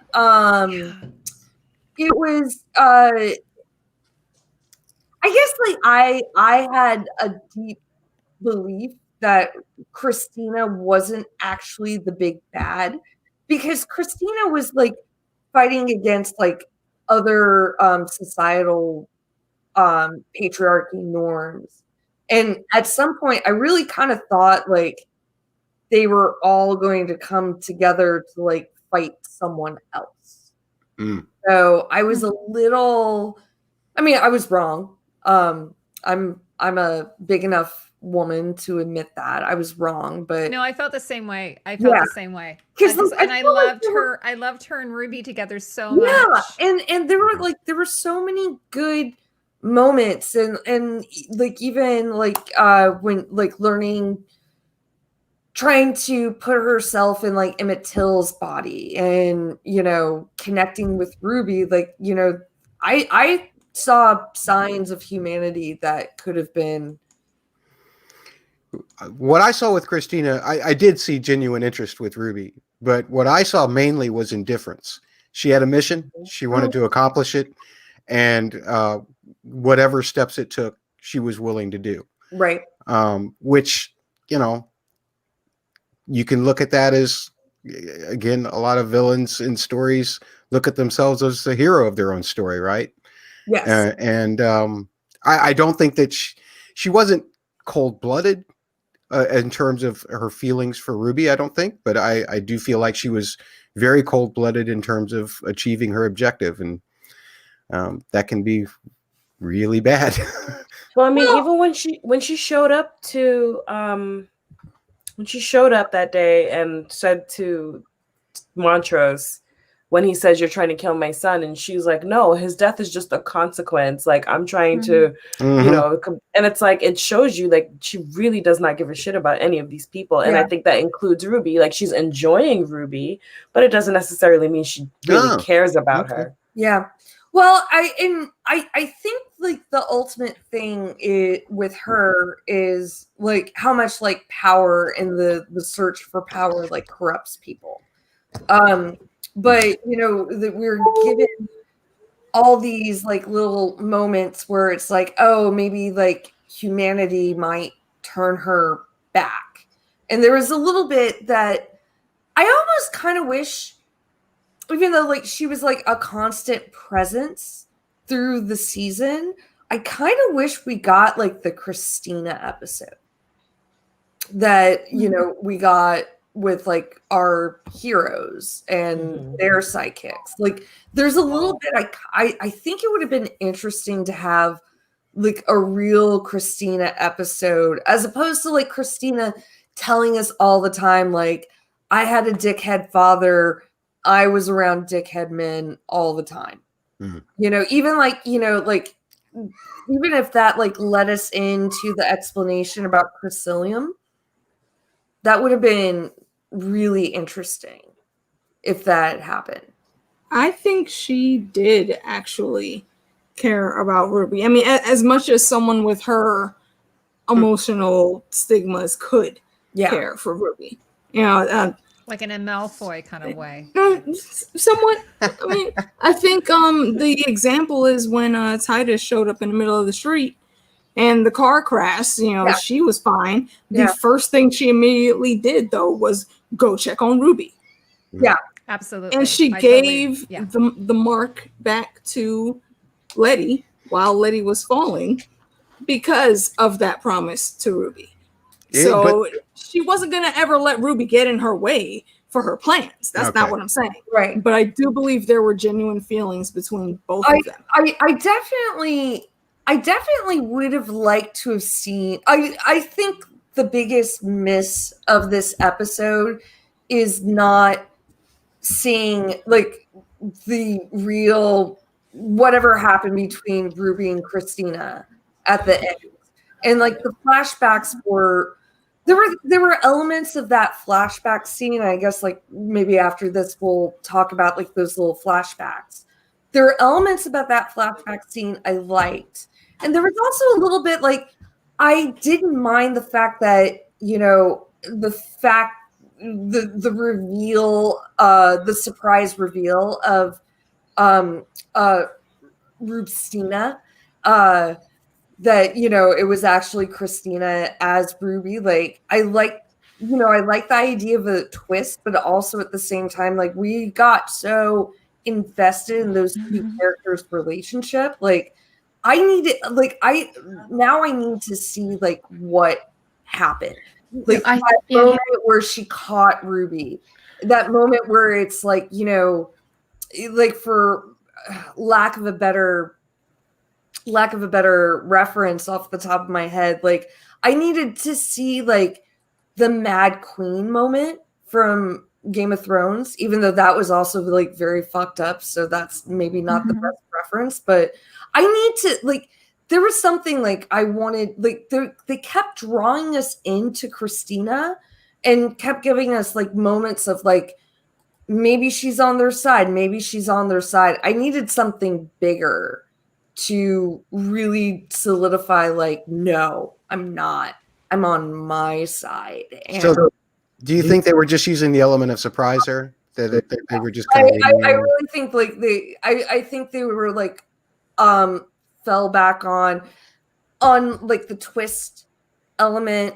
And also it's like, you know, like that episode was an hour long. Like, you know, at some point, like they had to make some decisions, like, you know, we can't spend time on certain things. And so I think that felt like too big of a moment, though. Like, I mean, after 10 episodes of building that up to then just, I mean, I guess it wasn't 10 episodes, but like 8 at least, to just then, like, because I went back and I rewatched that scene at the very end with, you know, the flashback, and it was just basically like, it looked like they just had sex, and then, you know, she's in her bathroom, like she's in her nightgown or something, and then like her robe, yeah, and then it looks like she discovers it, and then the next thing you know, she's like flat on her back in that bed. It felt very unsatisfying for me. Yeah, it like, well, and especially like how much we were, like, us as the audience, like, became very attached to Ruby, to like have Ruby kind of go out like that and not actually, and like in the flashbacks, like I was fine with certain parts of the flashback like montage. Like I was cool with like seeing like that's how like Dee connected to Blinky. You know, Montrose giving, or I'm sorry, Tick giving the letter to Montrose to Hippolyta, and like there are things, like there are like prep things that were fine. But like to have like the Ruby story, I was also okay with the fact that like we saw Rubstina give Letty back the protection spell, but also like why? It's like you give Ruby back Letty back the protection spell. Like, don't you know that bitch is gonna come kill you? And right. Well, I guess she also figured she'd be immortal and it wouldn't matter. I know, but it's like, then it's like, but still, what's the point? Because now she's gonna come kill you. Are you not gonna try to kill her back, or are you gonna let her keep trying? It's a little bit Austin Powers, like, you know, like we're gonna show you the tank of sharks. Well, and then we're gonna leave the room while you're tied up, you know, kind of thing. Yeah, like Tony says, she actually Tony Chicago says she promised Ruby that. I wonder how it is. For Rebecca, when you were mentioning that we did not get that scene with Christina and with Ruby, when I thought about that, when I kind of realized that, I kind of suspected it a little bit when we see the little, you know, hints, but I'm like, nah, they couldn't, they wouldn't, and yes, they did. But I thought that is very, very intimate scene, more intimate, I would say, than in their case, having sex or making love, depending on how you look at it. You have your person, you have your lover, you have your partner, whoever, and they go into the conversation with you, and I'm assuming they probably had sex there then, at least, I think. Yes. And after that scene, when it cuts, and you have somebody who goes into that with a different motive, they are not there. They're not doing it to be there with you. They're doing it because they have an agenda, and that is a huge betrayal. So we don't know exactly at what point she discovered it, but that is a huge blow. That is a huge blow, because you, like, during the times, like we're talking about in the past, like, well, for Gia, you know, she gets them when they're most vulnerable during an orgasm. Like, you kind of let go of everything. You kind of are just either by yourself there or with a person, depending how it is. So it's the most vulnerable moment. So there was Ruby, you know, trying to, like, oh, this is my first time, you know, apparently with a woman, right? And she does it because she doesn't want to be there, but she wants to help her family. That is an awful, awful thing. So the hurt that Christina must have felt, that's just awful. And I also kind of, like, you know, I will, you know, give, like, you know, Christina is the shitty big bad, but you know, also like I want to see that scene. Also, what does everyone think Letty told Ruby to actually convince her to join the cause? And I'm gonna let our friend oh no because I don't have the paid StreamYard, I can only have 6 people, and Tony's in the waiting room. Oh, I can. You know what? I'll bout for a bit because I have to go to the washroom. Okay. Okay, And then we'll I'll figure it come out. back in after. Okay. Okay. Right. All right. Tony Teflon, the Don, Tony Teflon. You're here at like the right time, Tony, because we're asking, what did Letty tell Ruby at the cemetery scene that let Ruby finally be on their side? 1 second, I'll be right back. Yeah, I was actually wondering what you guys' thoughts on the graveyard scene in general was. Oh, Also, I loved it, but it was also, and I guess like I'm coming from like having a very complicated relationship with my sibling and having like these fights all the time about like what it means to be family, but nothing like Letty and Ruby. But you know, I always like whenever like the Letty and Ruby fights happen, I always agree with Ruby because it's like, oh, you're fine to like talk all this shit, but like you've been a horrible family member this entire time. So Oh. I'm mad to get some type of headphones. I don't know what you could have told her. I have an idea, but I'm saving it for Tony if he wants to. yeah, we'll wait for Tony. But yeah, that was the most So I wonder, when did she decide? Because she was very much against it, right? She well, at the graveyard. It had to be whatever Letty told her that we didn't see on screen. Yeah. Letty told her. Yeah. And you know, I know like we theorized for a moment, like, oh, was it that, well, you know, that Tick's gonna die no matter what? Or you know what? The baby must have been the baby. No, she knew about she already knew about the baby, or she suspected about it. She knew. She told she told Ruby that they were going to be able to bind white people for magic. That's exactly it. Nice. You look at Ruby's motivations in terms of being made to, you know, all of those talks that she had with William or with anybody about how racism had affected her. That was the one stroke that would have gotten Ruby to go along with it. Yeah. I thought that much better than the thing that I wanted to say. And so Jenya, like us talking and the chat has a little bit of a lag, but it finally just like, oh, duh, no shit. Like that was like my no shit, duh moment. No Shoggoth. No Shoggoth. At first, I thought that it might have had something to do with the baby, meaning if Letty said, oh, if it doesn't work with Tick, she's going to go after my baby because that's Tick's. But I like your idea much better because that would have been affecting her directly. Yeah. No, and again, it almost like it begged another scene with Ruby. Like if they're going to,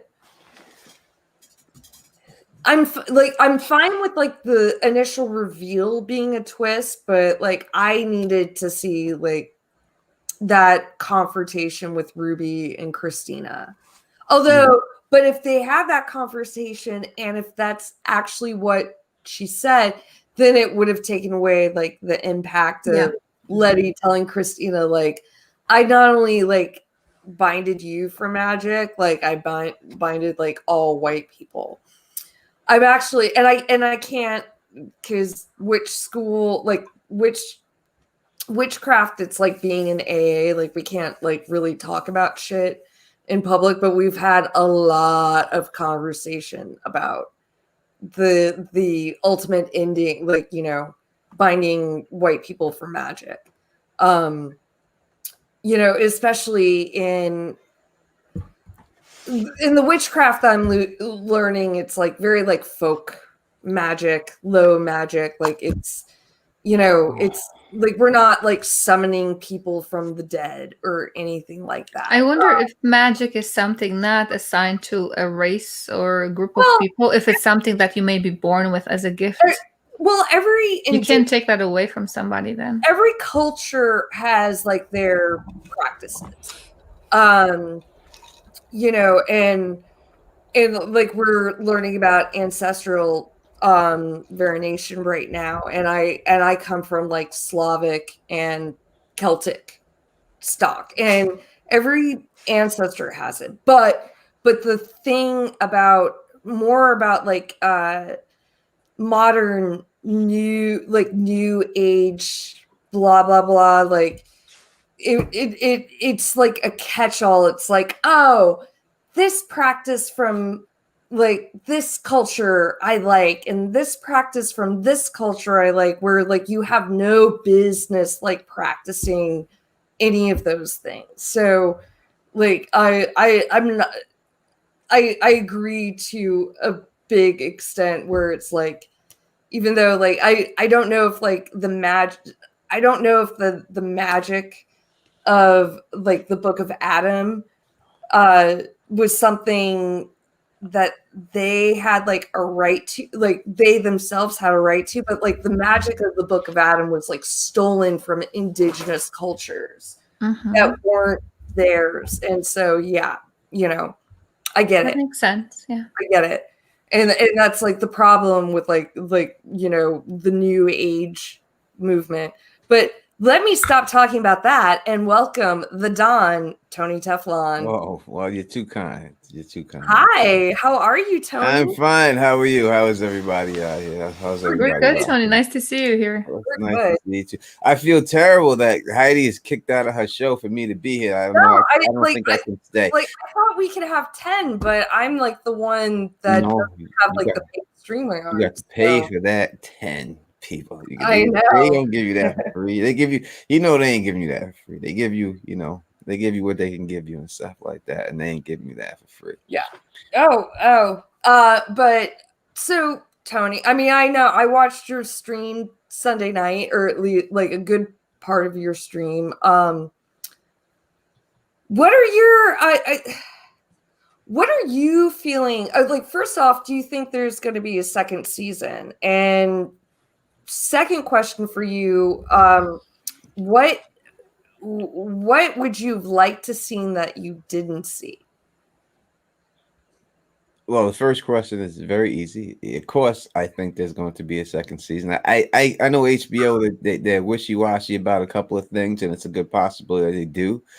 But, you know, everyone's talking about the numbers that they got. But if you compare the numbers with the subscription service of HBO Max that they're promoting it on, which is not very high, I think the numbers are really good for HBO Max service. So I believe that there will be a second season. I can't see them not doing a second season of this show. So I know they always planned on doing that. Was the plan from the jump, but I do believe that there will be, without a shadow of doubt, a second season.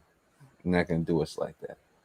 It's not the Watchmen situation. The Watchmen actually could be a second season. It's negotiating still, so that could jump off.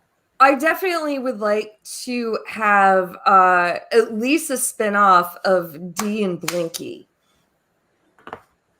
A spinoff just for them too? Oh, yeah. Oh my god, it's like they made like, you know, they're like all into like, oh, we're gonna make this like Arya Stark, and you know, here I'm going. But Dee's always been vicious. I mean, I wouldn't say vicious, but you've seen her in her episode. She was, you know, she was vicious in her episode. She was hitting those girls with a pipe very hard. You know, she got mad and she screamed, and it wasn't like Dee was this like little girl who wasn't never showed any signs of being that way. If you mess with her. But I mean, she was being attacked by demons, though. Like, I think anybody, while trying to defend themselves by demons, is gonna. I think a lot of try people their best to save themselves. I hear what you're saying, but I do believe a lot of people would run in that situation and wouldn't fight back. You know, I think people would be scared in that situation. Where was she gonna run though, Tom? Right, she was running for most of the episode. She was running and then couldn't anymore. She tried to barricade herself in, and no, she didn't barricade herself. She made a way for them to come in. She left the door open on purpose and locked all the doors. She set a trap for them to come. I would pull that Kevin McAllister on them. She let them come in, like she basically like closed all the doors so they can only come in one way. They can sneak behind her. Yeah, and it was a good defensive. And you see when she went after the cop, she tracked the cop down, tracked him back to where he was, ran up inside of there and everything else. So, you know, she wasn't having it for a long time. Called them pigs right up. Yeah, but calling the cops pigs isn't the same as ripping someone's throat out, though. She threw rocks at those kids before any of this was starting to happen, too. I mean, and she was grieving. She was upset that they were laughing. Like, none of this really equates to like her ripping someone's throat out. I mean, when you see when someone kills your cousin like that, you know what I mean? You see your cousin's dead. I would think that, you know, ripping someone's throat out is, you know, what they deserve. You know, I definitely think at some point, like when like the scripts were being delivered to like HBO, they're like, I know I said this earlier. They're like, you know, people like Arya Stark. Right. So we do Arya. You know, it's just about. Arya's a little. I mean, it's a vengeance situation, and she was wrong too, and her family was wrong too, and she wanted to get vengeance and everything else. But after her vengeance was done, she was done. She went to go west of Westeros. She didn't just become a mass murderer, killing people for no reason. She had a cause. She had people that she wanted to get. She had a list, and when that list was cleaned up, that was the end of her vengeance. Now, if it was she just went around killing people, then she would be the Mountain, right? She would be something like that. But that wasn't the case. Once those people got that she needed to get, that was a wrap for them. Then she said, all right, let's go sail around the world and see what's west of Westeros and all that. So I understand what people are saying that Arya became this killer, but she was just after. She did kill people, but it was more of a vengeance. It's more of like you know, like them Dirty Harry movies or Charles Bronson or something like that, when they were wrong and then they go out and they kill the people who wronged them. I think Arya is more like that than just a mass murderer going around killing people this indiscriminately. And Dee was very much, when she did that, she was very cold. There was no warmth in her, no she was just, it looked like she was very much bloodthirsty. She wanted to kill. I think there's a comment here. Where was it? Oh goodness. Vanessa Lattimore says Dee took it out on Christina. I remember she was mad about white people getting away with killing her friend. So I think she just wanted to, you know, she wanted blood. She wanted somebody to pay. It was not right, but I'm not going to say it wasn't right what she did. I think it was right. She had every right to kill that woman. That woman, look at that, what that woman did to her family. She had every right to kill everything, all this magic stuff and everything else. It all goes back to her. And then you could say that she was looking at the picture of Emmett Till's people getting off on the murder. She's seen that before. She was upset about that too. You know, when people get upset about things, these things happen. And then when she had a chance, because this lady wronged her, she took it out on her. That's why she said, you still don't get it, man. You're not going to get it. You can't control people. And that's what she was trying to do in the end, because that's all Christina was. You know, when they showed Christina, and you could say that Christina, I heard you a little earlier, some people saying Christina cared about Ruby. I think she had a little feeling for her, but not feeling like she cared about her, more feeling like a slave master would have over their slave, because that's all Ruby was to her. And that's all she used these other people as, the same exact way. So she may have had, you know, you may hear that slave master, like when Titus came back and told her, oh, I gave you more than I've given anybody else. But he didn't have real love for her. because the first thing out of his mouth when she seen Christina was that N-word got the book, right? So how much love did you truly have? You know what I mean? So I think Christina was just doing the exact same thing. She was just using her people, using and doing it nicely with sweet words. Well, With a smile. I wish there was at least one more interaction to like really, especially between Christina and Ruby. Like, I wish there was like one more scene. I needed, like, if she did indeed kill Ruby, I need that death scene. I need Christina to like be a little bit more clear with her true colors. Like, because I agree with you, Tony. Like, I do think that, you know, her motives like were probably a lot more clear. And even though, and you're right, even though like she does care about Ruby at some point, like, you know, she's an end to a mean, and it doesn't, she's property. It doesn't really matter. Like, all that other stuff doesn't really matter. I just wish that they'd shown that like one more time and left it a little bit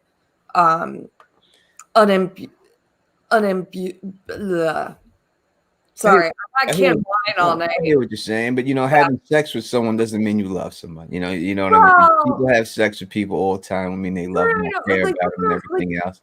This is a woman who, I mean, you could look at what she did to Ruby as rape if you really wanted to, when she would put herself in William's body and do that. That could be I 100% think that it was unconsensual sex. Yeah.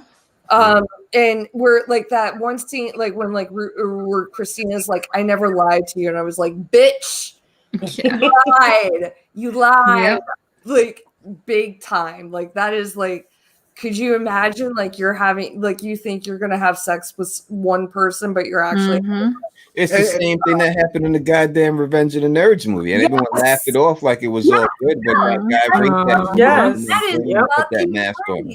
You know what, guys? This is making me reconsider the whole Emmett Till thing that Christina even did, because she talks about how immortality is just going to be a lifetime of firsts. Maybe she did. That didn't mean she was doing that to care about Ruby at all. No, she was just doing it to experience the first of what had happened to the kid, and to test out her spell. And I guess, like, well, I mean, I always thought like the Emmett Till thing was also to kind of confirm like whatever like protection spell she had worked. But so there was that little bit of a, you know, it was a little we weren't quite sure like how much it was. There was something that like happening with, I mean, if a car bouncing off of your car isn't proof enough to you, why do you need to prove it 6 episodes later down? No. Well, no, but that wasn't a protection spell on her body. That was like, I think those were like separate protection spells. Okay. I do. I'm only going to move on for this guy because Matt is going to leave us soon, but I do want to talk about the sacrifice scene, but like very specifically, I want to talk like we didn't get like our spoken word like scene this episode, and which I know you guys were talking about it on your podcast, Matt, like right. I thought some of them weren't as good as others, but I really love the through line of it. But like during like Tick's sacrifice scene where, you know, we're like cutting those veins, and the song is Keep Your Lights Trimmed and Burning by Mississippi Fred McDowell. And I really wanted you to talk about that, Matt, because Matt, if no one else knows, like Matt's a piano player. He does a lot of work. He works with a lot of like blues musicians. We're both from St. Louis, so we love the blues. Yeah.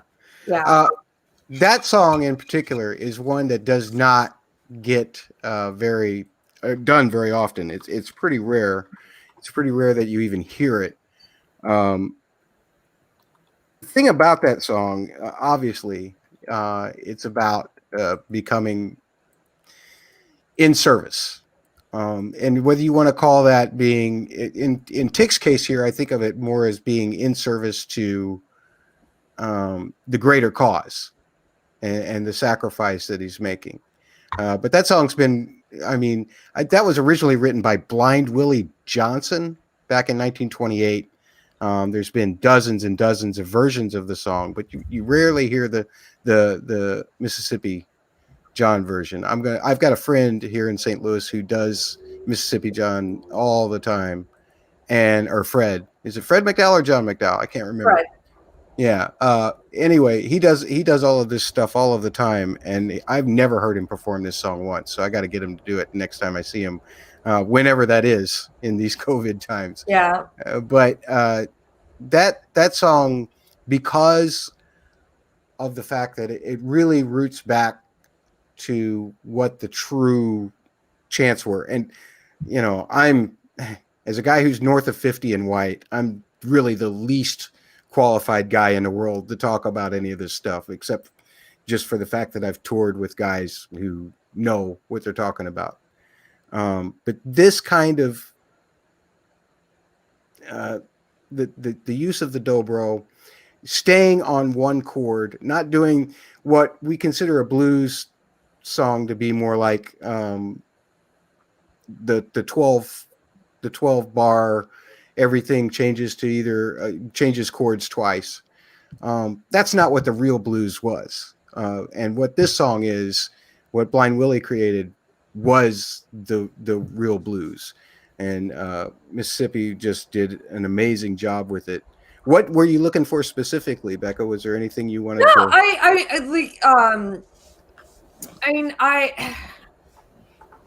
When it first started happening, I wish there was like a little bit of a beat before the song started, but I mean that's my nitpicky thing. But I also like that the images of Tick, and I am not a religious person. Like I have not been brought up in any proper religion, but like there was the combination of like Tick being strapped down to the thing, and it's not quite a crucifix, but like the religious imagery on the whole. And there's also something like this is the only like full-on blues song we've heard. I mean, we've heard like a lot of jazz of the time period, and well, you go back to Ruby, and this one was actually performed by Wooney. But when she's in the club, she's doing chain gang. Yeah, that's true. So it's not the first time that they've used blues, right? But right. Well, the first time they used like non-diegetic blues music. Yeah. And there's something like I was thinking about like some broader implications of like the history of actual like roots music in America, like blues and bluegrass, and like where it really comes from. And while we're seeing a Black man getting crucified and being sacrificed, and like these are big conversations like that maybe are like beyond a little bit what this YouTube stream is going to cover. But like I said, I feel most uniquely unqualified to talk about the broader scope of what it's about.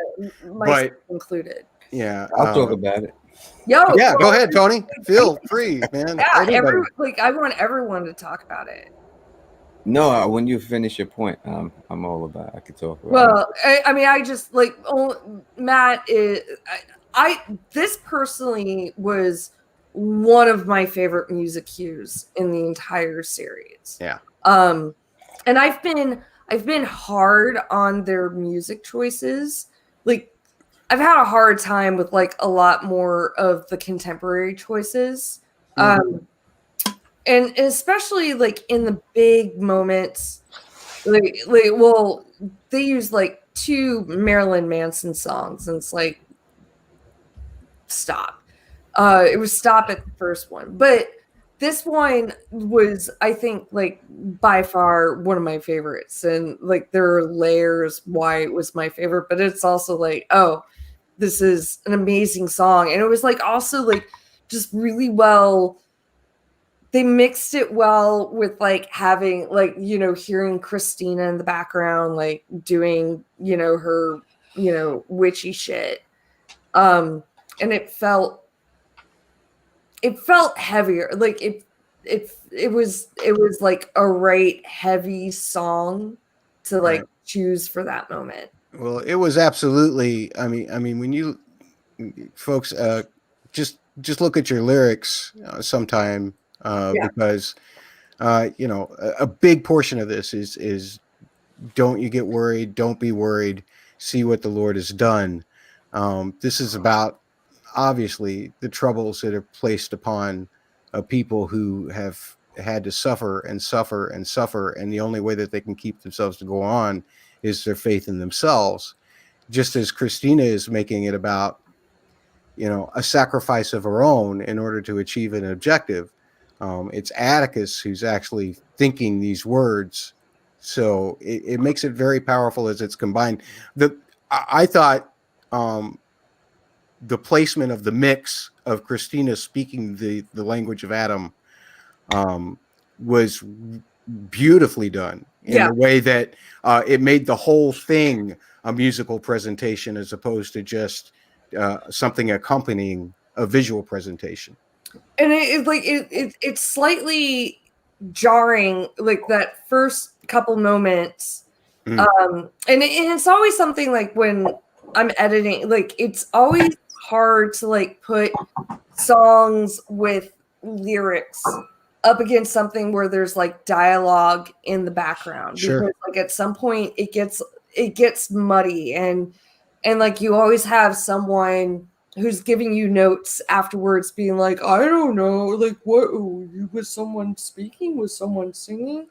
But you know, so there was like a slight bit of a jarring moment, but I actually, like, you know, after I watched the episode 3 times, I was like, oh no, it was like perfectly mixed. Like, like she's not speaking in English, like she's speaking in like the language of Adam is what it says on the subtitles. And it's also a little bit like, you know, they could have, out of all like the music that they could have picked, like to like go back to like roots music, I thought was like the most appropriate and smartest choice they could have done.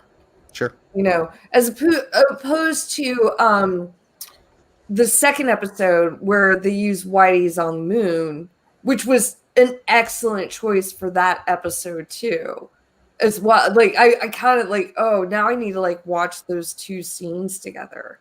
But Tony, I know you need to want to say something about it. So. About what, Whitey's on the Moon? Well, no. Well, or about I mean, I can talk about that. It doesn't matter. Whatever. The crucifixion of Atticus. Well, I think it's very symbolic of exactly what we've seen in this show and what we've seen in life, especially during those times and still to these times today. It's just basically white people who use the blood of black men to get ahead in their life. And that's exactly what you see there right now. You see his blood being pushed on her so she could live eternal life. And if you look at this country that we live in and stuff, it was built on the blood of black men. I mean, especially dealing with slavery and all the way back. And I think that that's what she was trying to go for when she made the scene, because that's exactly what was going for that's exactly what was going on. That goes on in real life. It goes on right now. So I think that's what that scene meant. You know, it just meant that someone getting over on black people. Now, Tick had a whole different role to play and everything else, and we know the role that Tick had to play. That he had to actually, you know, she said to him that he had to come there voluntarily. You know, that was her whole thing that she wanted. You know, she said, you give yourself up, you have to give yourself to me like you want to give yourself to me.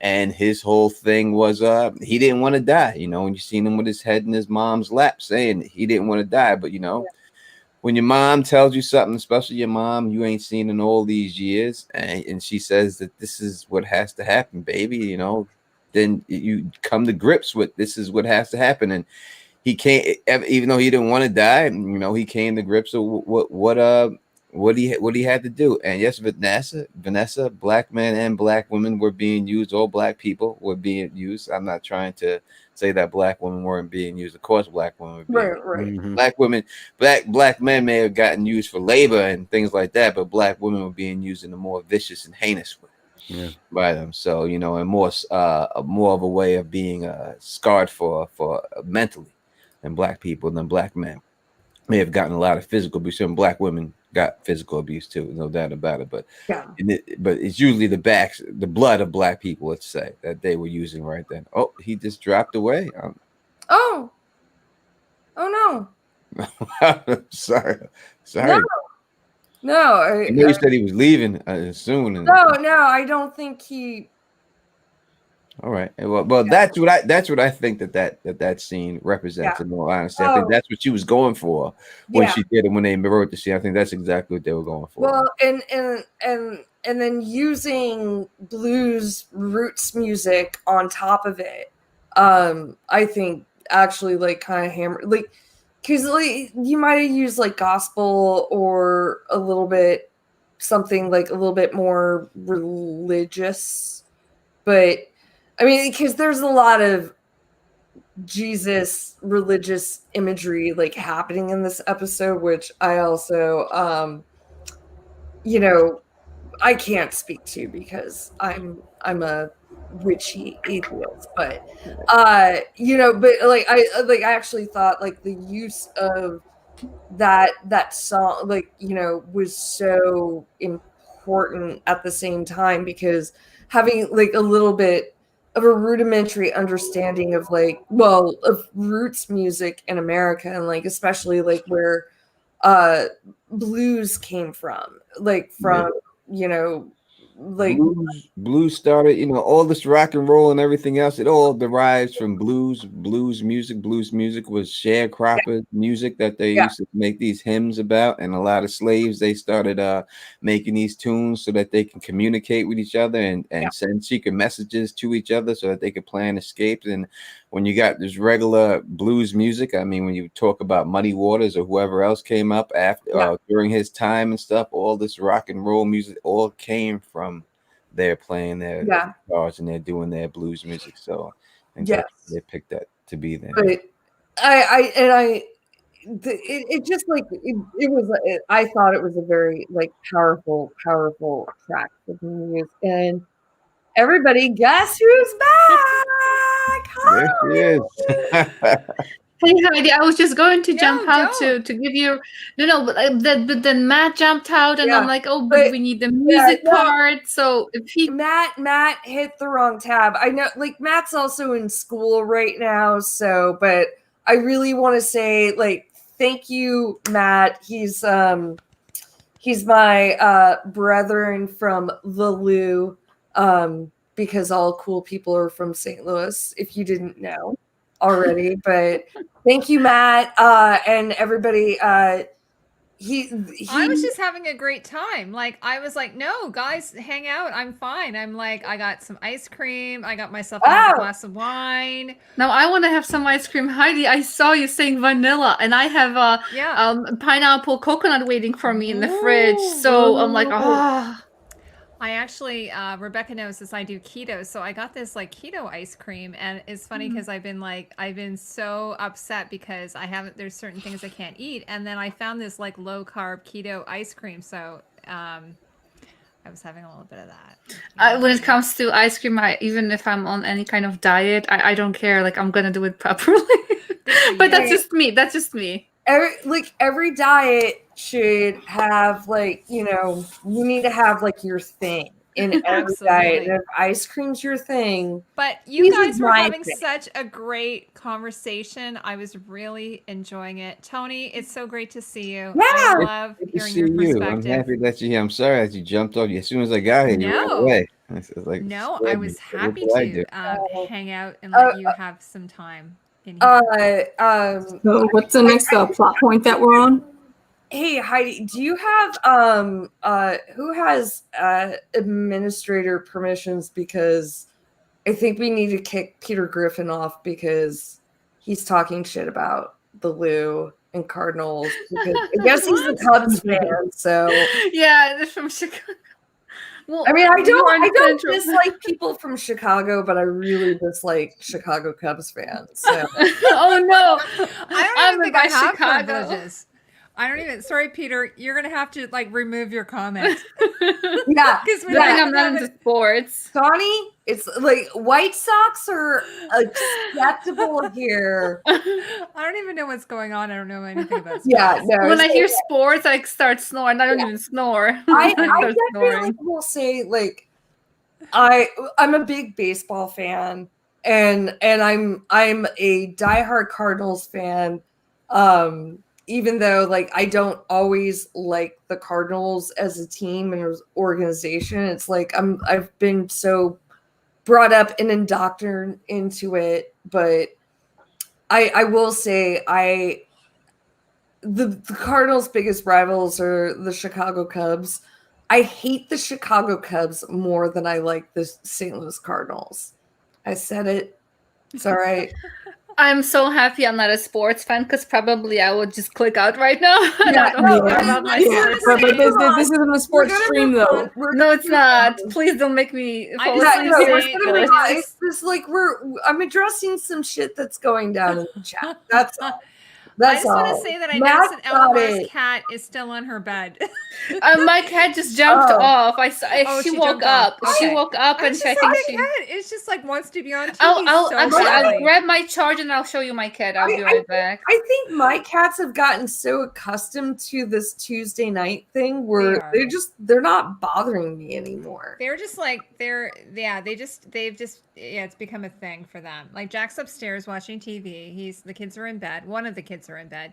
Tony, it's so great to see you, and I'm very excited about. I'm not sure when we're doing it, but I think it's Friday. All right, so Peter Griffin just asked that question in the chat, so let me address that real quick. So we're gonna have to push it back most likely to Saturday. We're gonna try to shoot for it. All right, so Friday, and I hate to have to push you back, Heidi. Yes, I did plan on doing I am available anytime for you. But I had to push it back because I got the I have an interview that I'm doing. Elmar is going to be there as always when I do an interview, but we have an interview with the Atticus's Jonathan Mayer, his stunt man is going to be awesome. Yeah, so he's going to come on. So I guess amazing. You're doing that on Friday? Yes, I'm doing that Friday at. Cool. Are you going to do it live? Yeah, I'm going to do it live. Oh my God, that's amazing. I'll pop in for sure. I will pop in for sure. Yeah, so it should be a very interesting interview. I guess you could say that he is Atticus because he is Atticus and all the stunt scenes. So now I was asking something in the chat earlier. Okay, the thing that he is strapped to, I said, like when I saw it looked like a sextant, like like a navigational, like nautical instrument. What do you guys think that is that he was strapped to? Is it like a witchy thing? I it looked like some type of like a turn, like a dial, like when they were turning him, like it looked like some type like a clock dial, like a watch dial. I'm kind of fascinated by what it was. I kept looking at it, trying to. Could be some type of like compass type situation. It had like a little bit of a compass, like barometer kind of feel to it. Like, and I'd say barometer, like with like. That's what I was saying. Like, do you guys know what a sextant is? It's like a nautical instrument that you use to measure. And I was like, oh, it looks like a sextant because my dad's a sailor. So I don't think it was. I'd love to know behind the scenes like idea behind that whole thing. Yeah. Oh, the kid's on TV now. Oh, sorry. No. There she is. So cute. Yeah.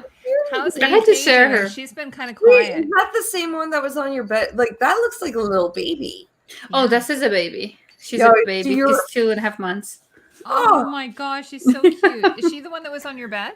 Yes, that's the one. She is. Okay. Oh, yeah. She's very nice. Tune into that interview. It should be a good time. I think I'm gonna totally watch. I'm looking forward to it. Yeah. So Tony, but we're gonna do Saturday. Yes, we'll shoot for Saturday. So LMR and I are gonna both rewatch this show, the movie, and do it Saturday night. and then we'll do it Saturday night, which is perfect for Interview with a Vampire. That's a sexy Saturday night. Saturday night.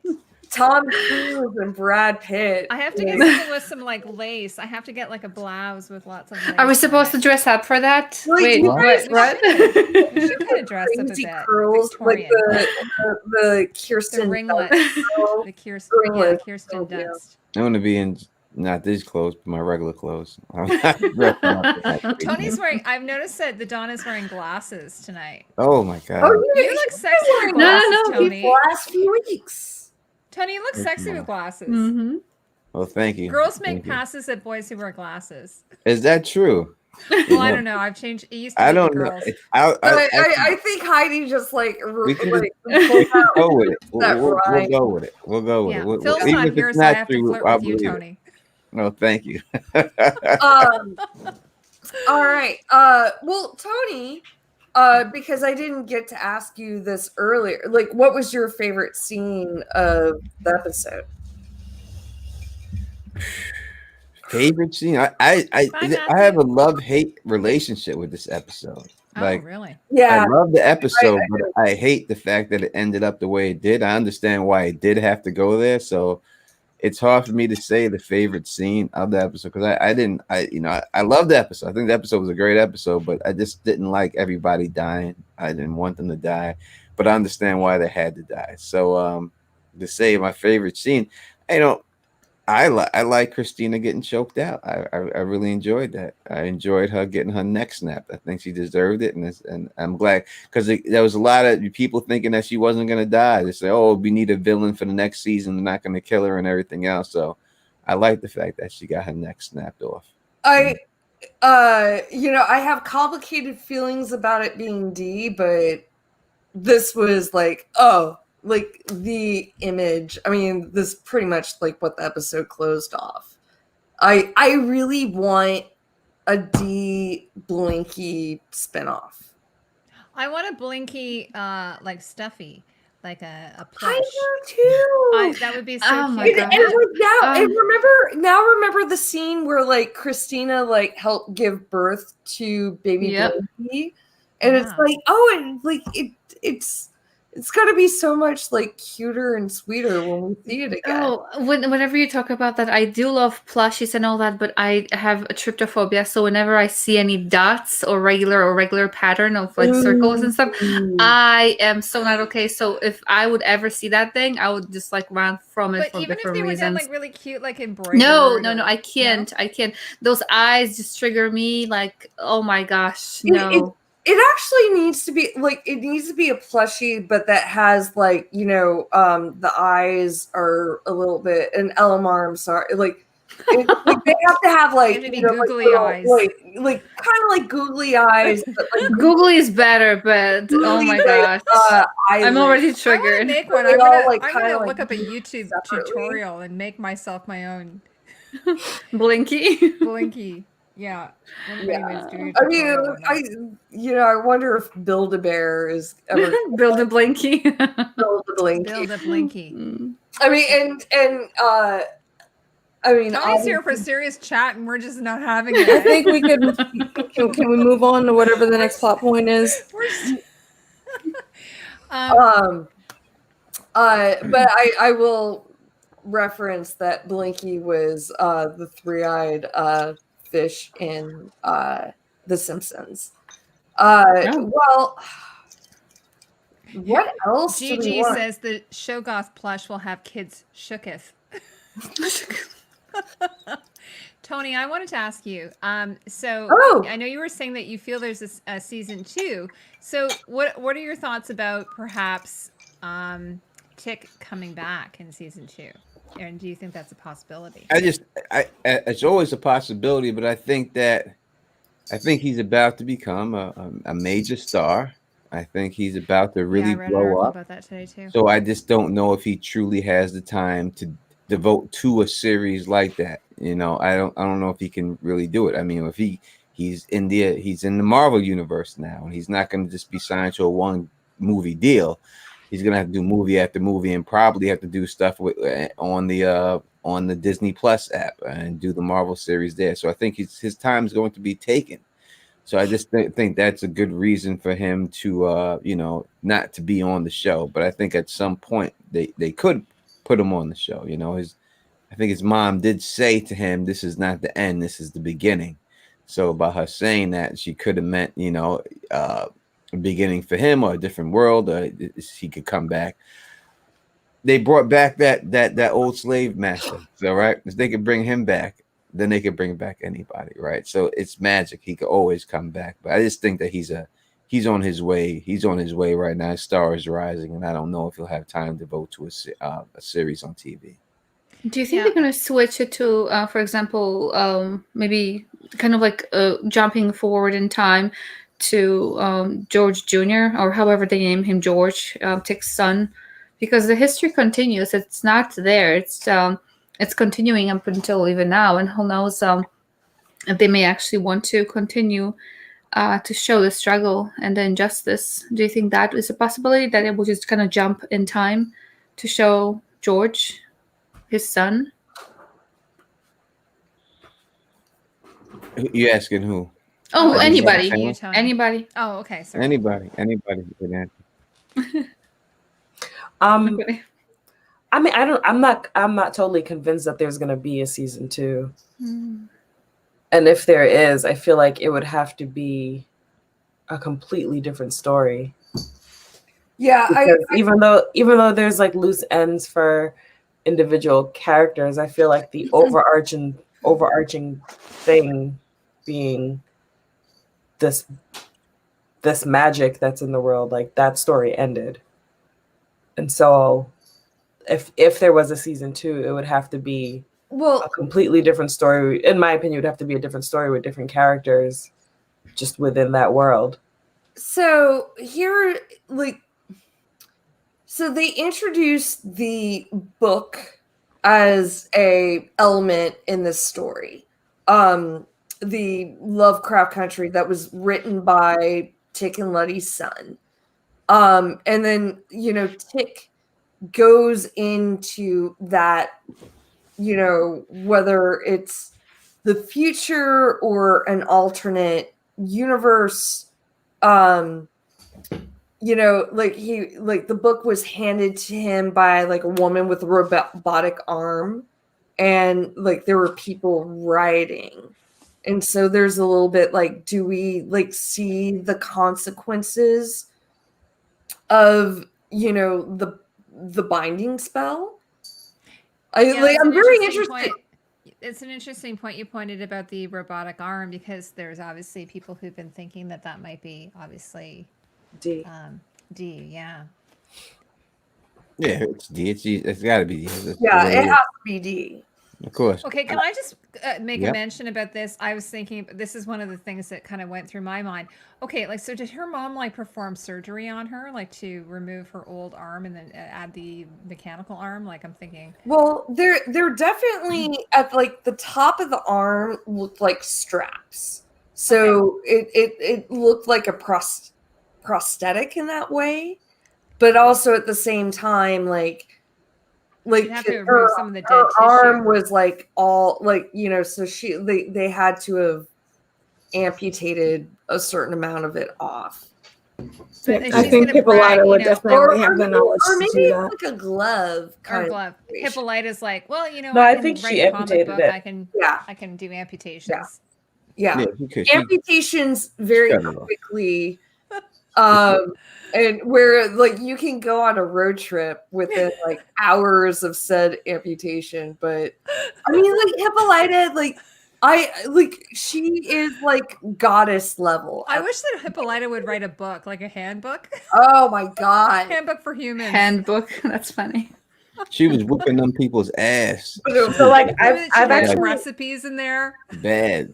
I've actually watched a live amputation before. Oh my And god. old job. I used to be an anesthesia technician.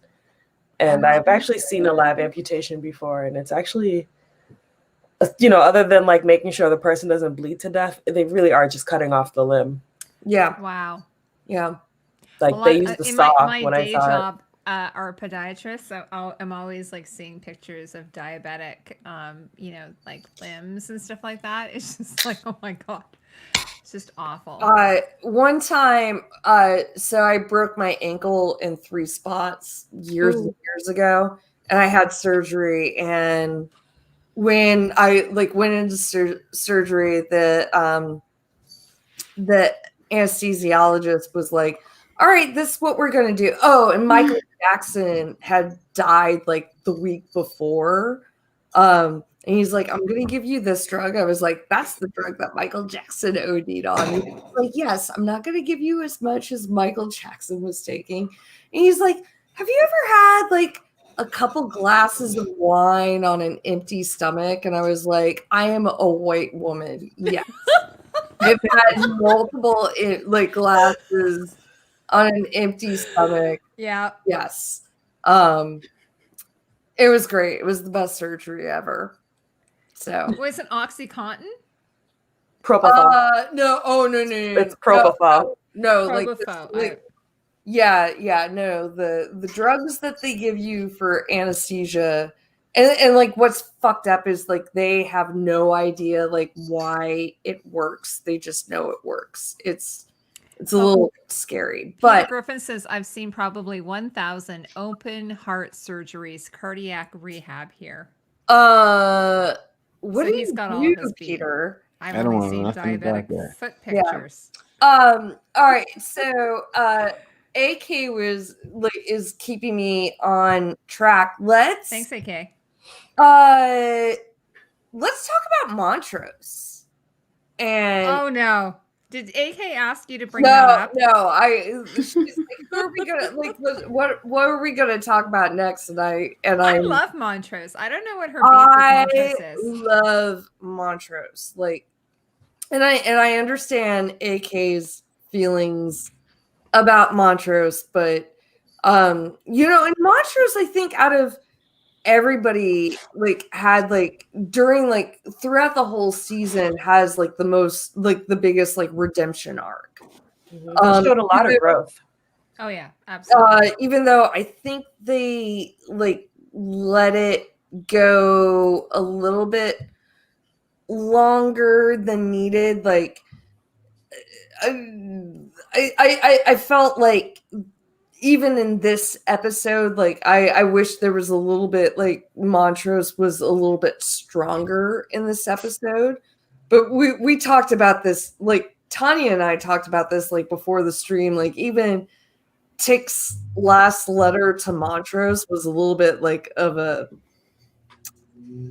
dig. One last dig F before. you?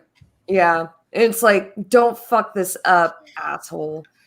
But also at the same time, I think. can you blame him for saying it like that? No, I don't. But there's also a little bit I kind of wish there was a little bit more warmth from Tick. Kind of, we at least in especially in the last episode got to see Tick really understand what Montrose went through.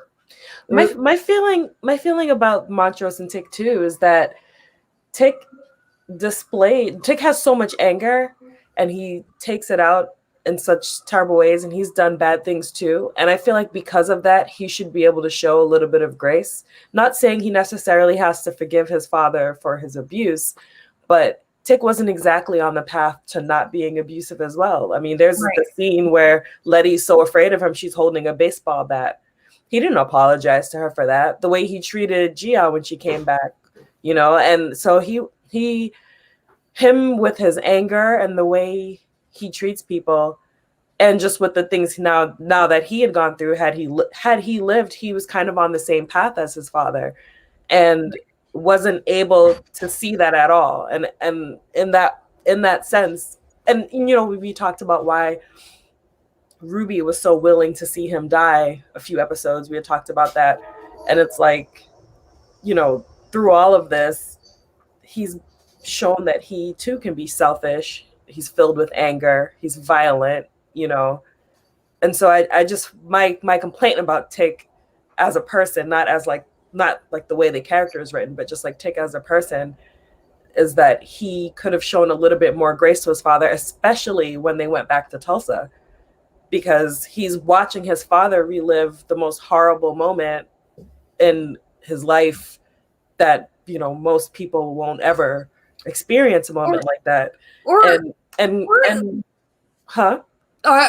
least if it didn't happen at that moment, like at least like afterwards, like being like, I get it. Right. Yeah. To show a little bit of understanding, especially because we watched Montrose grow, and Tick's there for it too. And he's been trying to be there for Tick more. He's been helping Tick do these things.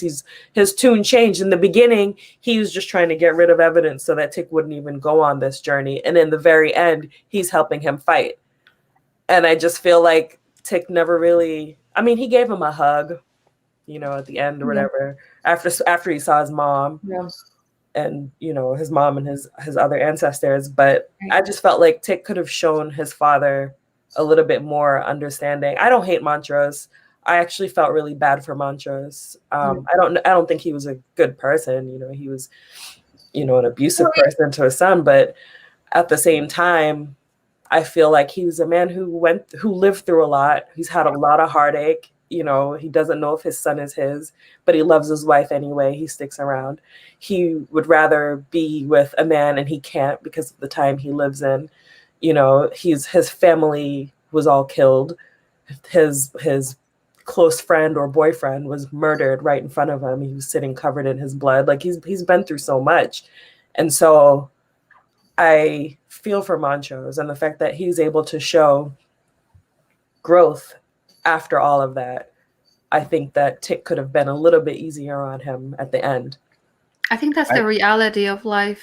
They don't show characters made because like in life, they're just showing people how they could be in real life. They're not perfect just because we obviously see them. Oh, he could have done this and that. They showed a real person, I think, even though it's obviously made up stuff. But he's not like this perfect hero figure. Exactly. Right. That's kind of what I like about it. I don't necessarily want a perfect hero figure. Exactly. I like that they showed real life. Yeah. And Tanya, I think I interrupted you. It reminds me of Breaking Bad. Like, I love that show in that even the protagonist is extremely flawed. And same with here, like our protagonist, which is Atticus. He's extremely flawed. And I love that. I love that he's not a perfect human being. Exactly. Yeah, I don't give Montrose the pass at all. He did go through a lot of stuff and he's seen a lot of things, but he should have grown from these things and not inflicted the same wounds on his son that was inflicted on him. He is the one who kept the circle going, and that's why Tick is telling him to break the circle, And when you talk, and we see him grow a little bit, over a couple of days. We don't know exactly how long this is, but this man has lived with him for his whole life. He may have seen him do this before, then fuck up again. It's kind of like when you see someone who's an alcoholic and you've been through this with them. Oh, I'm going to quit. And then they say they're going to quit. And then they don't quit. And they go back and they do the exact same thing again. So he had to give him that kick in the butt. Like, yo, don't mess this shit up, man. You have your chance right now to be the father you wanted to be. Don't mess up. Probably because he's seen him relapse and seen him mess things up again. And sometimes you have to talk to people like that, As for his he was with his wife because he was afraid. So he stayed with her. Yes, I'm sure he had some love for her, but he was afraid to be who he was. He was afraid to live his life. He didn't want to he's seen his friend, someone get lobotomized. So that scared him, into living a lie, that he was in. So I also think, and I don't think it was something the show did as well. Like, the idea of living as an openly homosexual man in the 1950s was beyond like this, where it's like yeah, like the fear of getting, but it's like being ostracized from society as a whole. And I think it's a layer that I don't think we can quite totally understand. What I mean, I'm generalizing right there. Like, yeah, it's like, but it's over. It's over 60 years ago. A little bit more intense than we might than the show might be giving it credit for, and even like Misha Green was talking, like has talked about certain things on Twitter where like I think she's been a little admitting like we didn't treat certain things like the death of Yahima. You know, initially she was like, the whole thing, she's like, I want to examine that even the oppressed can be oppressors, but I didn't really like unpack that whole scene as well as I should have. And, you know, and there's a little bit like, you know, and I don't want to give anybody an excuse for being an abusive parent, but you know, I think there's something about being gay in the 1950s or like gay in the 1920s, like carrying through is a little like it's a little bit heavier of a burden. And again, it's not making things right. I'm just I'm not trying to excuse Montrose at all. I'm just saying that I felt like at some point before the very, very end that Tick should have been able to see in himself the same things that, you know, the same dark things that he was doing. And that and with that be able to just extend just a little bit of grace to be like, okay, I get why you're like this. Like it's starting to make sense. But I don't know. Even Atticus like said something, a terrible slur to his own father, you know, when he saw him. Yeah. But I'm sure that was like casually thrown around then. I don't know if he was hurt. It hurt him to see his father like that. So that's the thing that came out of his mouth, because you know, if I don't know, you know, especially if you see your father in the act like that and you don't know, you know, you hear rumors, you're hearing rumors about him, and then all of a sudden these rumors are true. You know, I could tell you that I had a friend who his mother was on crack, and you know, and we used to hear rumors about her all the time. People say, "Oh, blah blah, she's on crack, she's on crack, and she's on crack."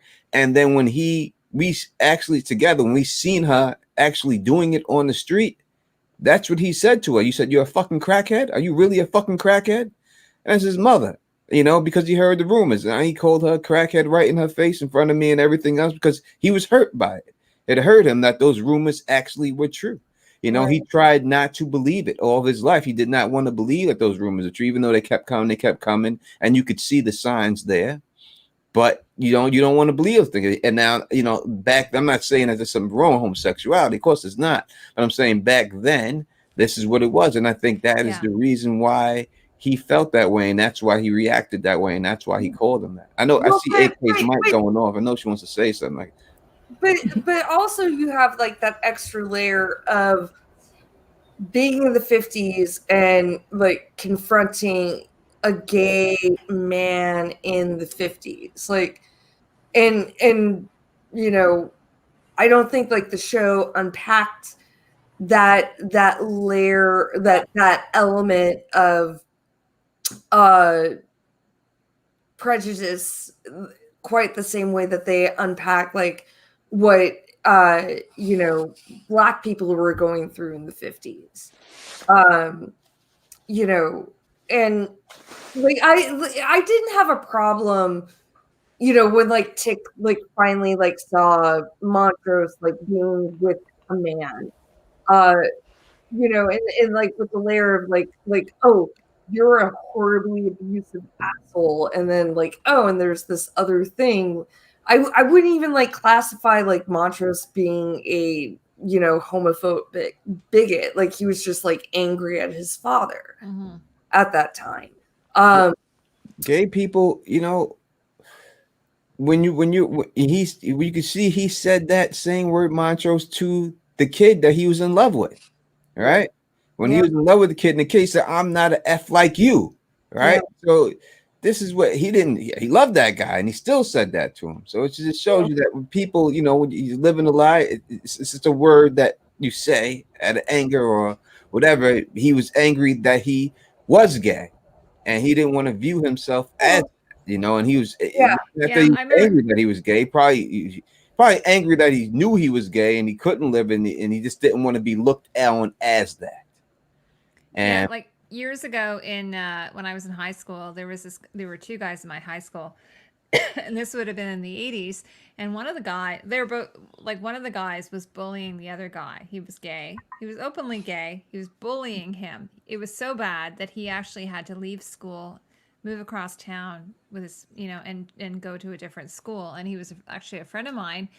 And the guy who was bullying him was also a friend of mine who it turned out he was gay. Like, it was just like, it was his way of like, I don't know, like lashing out. And one of my friends never forgave him for that. And I'm like, you can't persecute him for that. Like, I felt like you can't persecute him for that because he was going through his own struggles at the time.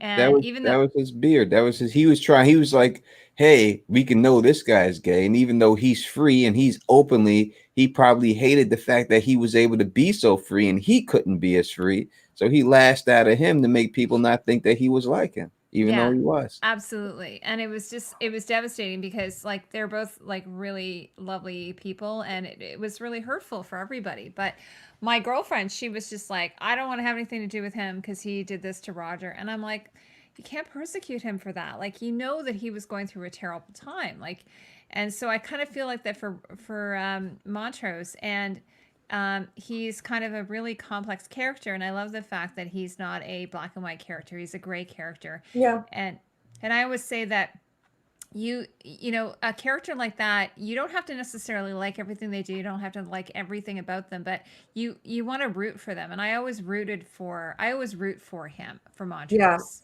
Yeah. Montrose was my standout character in the whole series. Montrose and Dee. I love Dee. The actors are really well. I mean, honestly, the whole cast is amazing. All the actors are fucking amazing.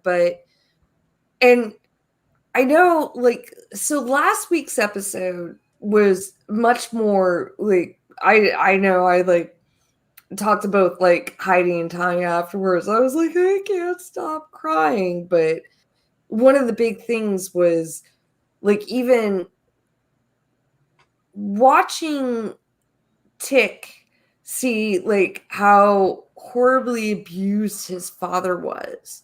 I only found out like when I was like 40. It was like my 40th. We did a trip for my 40th birthday and my aunt's 70th. And my aunt like told me like I knew my grandfather was a dick. I didn't know what an abusive, horrible dick he was. And like, I, 40 years old and like figuring out like how awful, not as bad as Tick, but, pretty fucking bad. And it's like, oh, I get so much more. And there's a little bit like, I didn't get that. Like even like when Tick was like in Tulsa, like we talked about this last week, like, poor Montrose is like having like total like PTSD, like like flashbacks, and they're like, "What's wrong with you? You're pulling your bullshit again." And it's like, no, you assholes. Right, that's what I mean. Not so much like, okay, he has to forgive him, and like, now they're gonna wear matching Christmas pajamas. Like fucking it's just Oh, Tanya, that's hilarious. Well, because I like Christmas pajamas. I'm Me just too. saying, like, you know, Yeah. it was that scene in particular that stood out to me. It's like he's having a full-blown attack because he's clearly has PTSD and is now being asked to relive this night to help you with something he didn't want to do. Right. And you're yelling at him and telling him, you know, that you're done with him and all this. And it's like, what's not clicking, you know? But I don't know. I guess also I just didn't think Tick was that great a person. You know, like I didn't hate Tick, but he's like I didn't love him. You know, I like, think he was a very real person. Like people are now. There's he cannot be a hero 100%. He has to, like you said before, he has to be kind of. He doesn't have to, but it makes him more real and more relatable for some people. They can see flaws in him and they'll be like, oh, okay, maybe I'm not so bad. Look at him. He's great, but then he's not perfect all the time. And I really like that. It makes it more real and it makes it more acceptable. And I think even though it's there's magic in it and real events, real tragic events that happen, but also real people are shown. Yeah, he's definitely flawed. He's 100% flawed. And, you know, dealing with it when you know, when you get beat by your parent when you're a child over and over again, as much as it's let on that he was for no apparent reason, it's hard to get over that. Sure. Even if you see somebody what they went, it's hard, you know, to get. I got whipped, and let me tell you when I've had to pull, you know, a switch from the tree, and it ain't no branch like the way they showed it. You know, it's a switch when they pull it. It's like a whip when we have to get that. And I've had that happen to me, and I've been beat where I've had welts on my legs and couldn't go to school the next day because I had welts on my body and stuff. And I was a very small child when I was growing up, so. You know, and I've sat there many times and cursed my father to death, and I wish you die. I wish this. I can't stand you. I've done all those things, you know. Later on in life and stuff like that, I got over it, but it took me a very long time. You know, I was afraid to be around him. I wanted to hurt him. When I got older, I tried to fight him. Like I remember trying to fight my father, you know, in my 20s, like bring your ass outside. Let's get, and it was all bent up over like, I'm going to whoop you like you whooped me when I was a child. And that's what it was all over. And I'm glad we didn't fight or anything else. I probably would have lost that fight. Even in my 20s, I probably would have lost because that really big man. He was 6'7", like almost 265 pounds. So I probably would have lost. And he's from Brooklyn too, so he was really no joke. So I probably would have lost that fight even then. But you know, I tried, and it really was over that. So when I seen, you know, Tick beat Montrose, when he beat him up, I could see that that's really what it was. You know, like he was, I'm going to give you what you gave me, so you could finally feel it. What I felt like, you know, and I think that's what Montrose. So that's why he started drinking and everything else right after, drinking harder right after, and everything else. AK, what do you got to say? Yeah, I was like, trying to say, like, we need to talk to AK because I know AK has a lot. No, I mean not necessarily a lot. No, but that's the thing. Tick's issue with Montrose isn't that he's gay. His issue is that he took all of those beatings, all of those years of abuse, because Montrose was stuck in his own self and couldn't accept himself. That is the main issue. And yeah, Montrose has had trauma and all of that. I am not dismissing that type of pain. I know that it is very harsh to walk through. But at the same time, you didn't have to repeat the things that were put upon you. You actively chose to do that. So, yes, along, you know, Montrose, he has shown growth. I will definitely say that he has shown growth, but I'm still not, on the Montrose team. You know, hashtag Montrose is still trash. I think that Montrose and a lot of parents, when they do these things, they really believe that they're helping their kid when they're beating them. You know what I mean? I don't think that, and I'm not saying that makes it right. I'm just saying that I think that Montrose, because, you know, Tick grew up, he liked to like read and you know, all that stuff that's supposed to be soft or whatever. And I think that Montrose saw that and was like, oh shit, I can't let him be the way I was. So he did exactly what his father did, which it doesn't make sense. Obviously it didn't work on him. But I think that a lot of parents, the whole idea of if this hurts me more than it hurts you, you know, I'm sure you've heard that before. Like, I think that a lot of parents, when they do this, they think that they're doing it and that it's going to make their child better. And, you know, at the end of the day, it's just another cycle that needs to be broken. So I'm not mad at his dig, you know, to break the cycle or whatever, but I don't know. I guess I just wish that they could have talked, you know, a little more. Well, it seemed pretty good that he knew him, because in the letter he says, and I'm sorry that I had to keep this one last secret from you, but I knew that if I told you, you wouldn't allow me to do what I had to do. And right? there would be some more nonsense happening that we would be mad at Montrose for. Yeah, he knew him. He knew him pretty well. And he knew that he had to keep. He said, "I'm sorry that I had to keep it secret from you. Not like I wanted to, but I know how you react in situations, and I have to do this." And obviously, who's going to want their kid to kill themselves, right? To sacrifice themselves? No one. And any parent's going to fight to do anything to keep their kid alive. But when it came down to it, he had to die. I mean, you go all the way back. You go back to that episode, which, you know, you consider Montrose's episode with Tulsa.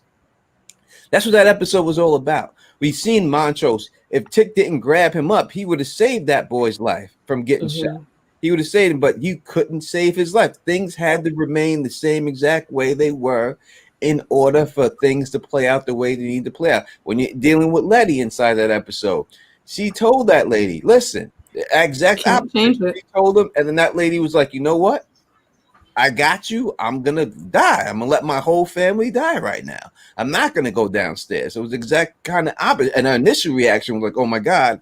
But she thought about it and she realized, she's like, you know, I'm going to have to die, and I'm going to allow it to die because things have to play out the way they have to play out. And that's what really Montrose had to learn, and Letty had to learn that too. I mean, when you deal with Letty's whole character, everything from the first episode that you see her at, she's just there trying to save Tick's life. I mean, and every time you see her, she's always running after Tick. She's always doing something to save Tick's life. And that's why Ruby didn't like him. Yeah, he's a classic fuckboy. Well, and Ruby also, like, you know, she saw like the violent side of Tick. She saw like the Montrose in Tick, and oh, sorry, I just heard an echo. But I still didn't want him to die. I didn't want anybody to die. I thought I was wrong because I thought that Montrose was going to step in for Tick. Yeah, I really that's what I thought was going to happen. I really thought like Montrose was going to like end up sacrificing himself. I thought that the plan was going to be like Ruby would have gotten potions for them to switch. Yeah, and then it would have been Montrose on there, but obviously that didn't happen. And I think I'm actually kind of glad it didn't happen that way, because that would have been a lot of extra. Well, that would have made the episode really fucking messy. Like they added that, like they might have been able to do that with Montrose, but they couldn't have killed Ruby at the same time. That's a little bit like I love this show, but I also there's so many lot of loose end writing problems with this show, but also at the same time I don't care.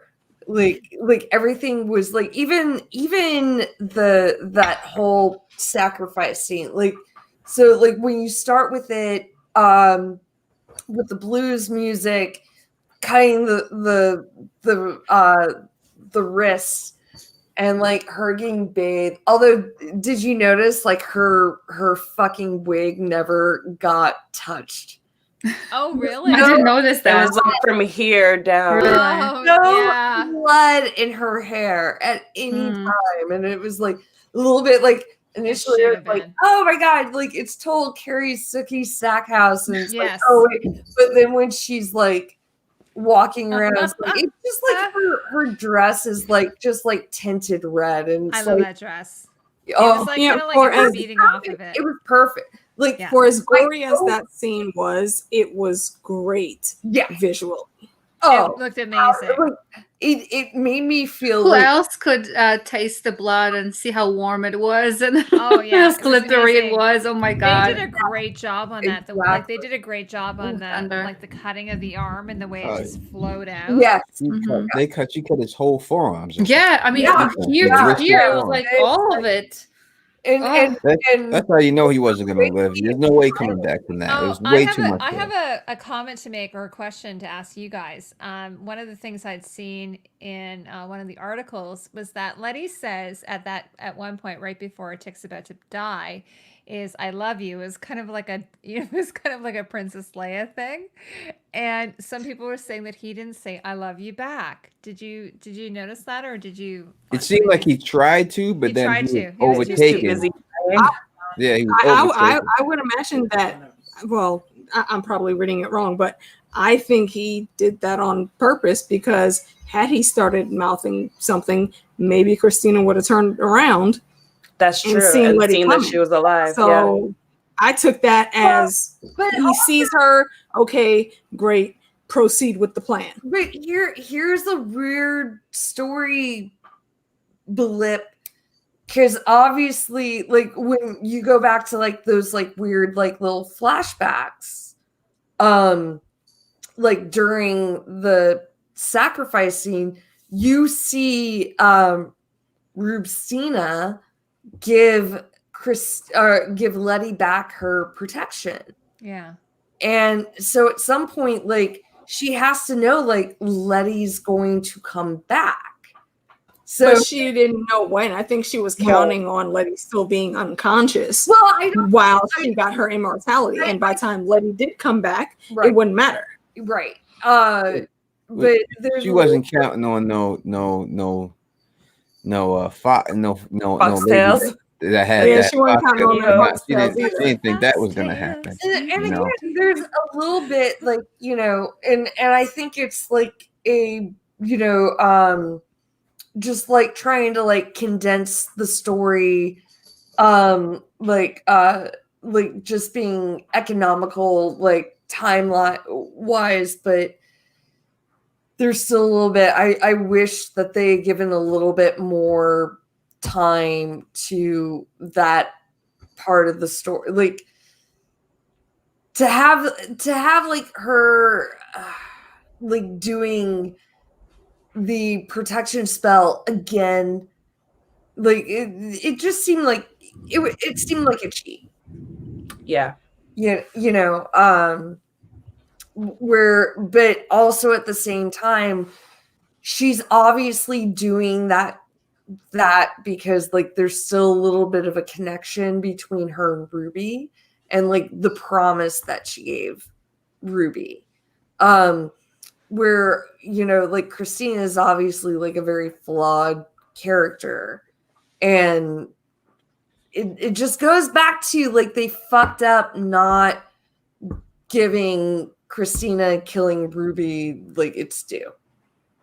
I think it's really sad that Christina was blinded by her pursuit of, I don't know what she wanted. I mean, we know what she wanted, but her like in the environment that she was raised in, she was the one who was always lesser, who was never enough, and Right. who always, no matter what she did, there's nothing she could have done to meet the criteria that was needed. She could never be a man. Just like, for example, Ruby could never, well, in a way, could never be a man.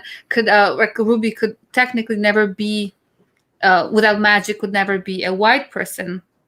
So Christina was blinded by her pursuit of whatever she wanted. She would step over anybody, kill anybody, no matter if white, black, woman, man. She did that. And that's kind of a tragic thing when people are made to do that. It's an awful thing that what she would do. I wonder when Ruby was mentioning the whole, redhead, that she always wanted to be redhead. I wonder if at that moment she actually meant it, or if she was playing her. I wonder if this is when the game began. You know so what? I took that when Ruby said, I always pictured myself being a redhead. But it was like at the same time she was like turning off the oxygen to Dell.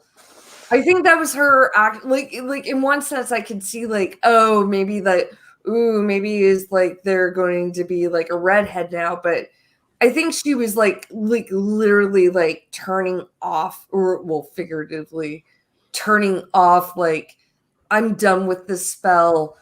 I would have been a redhead anyway, but it also came in conjunction with her talking about like, I don't want to be a white woman.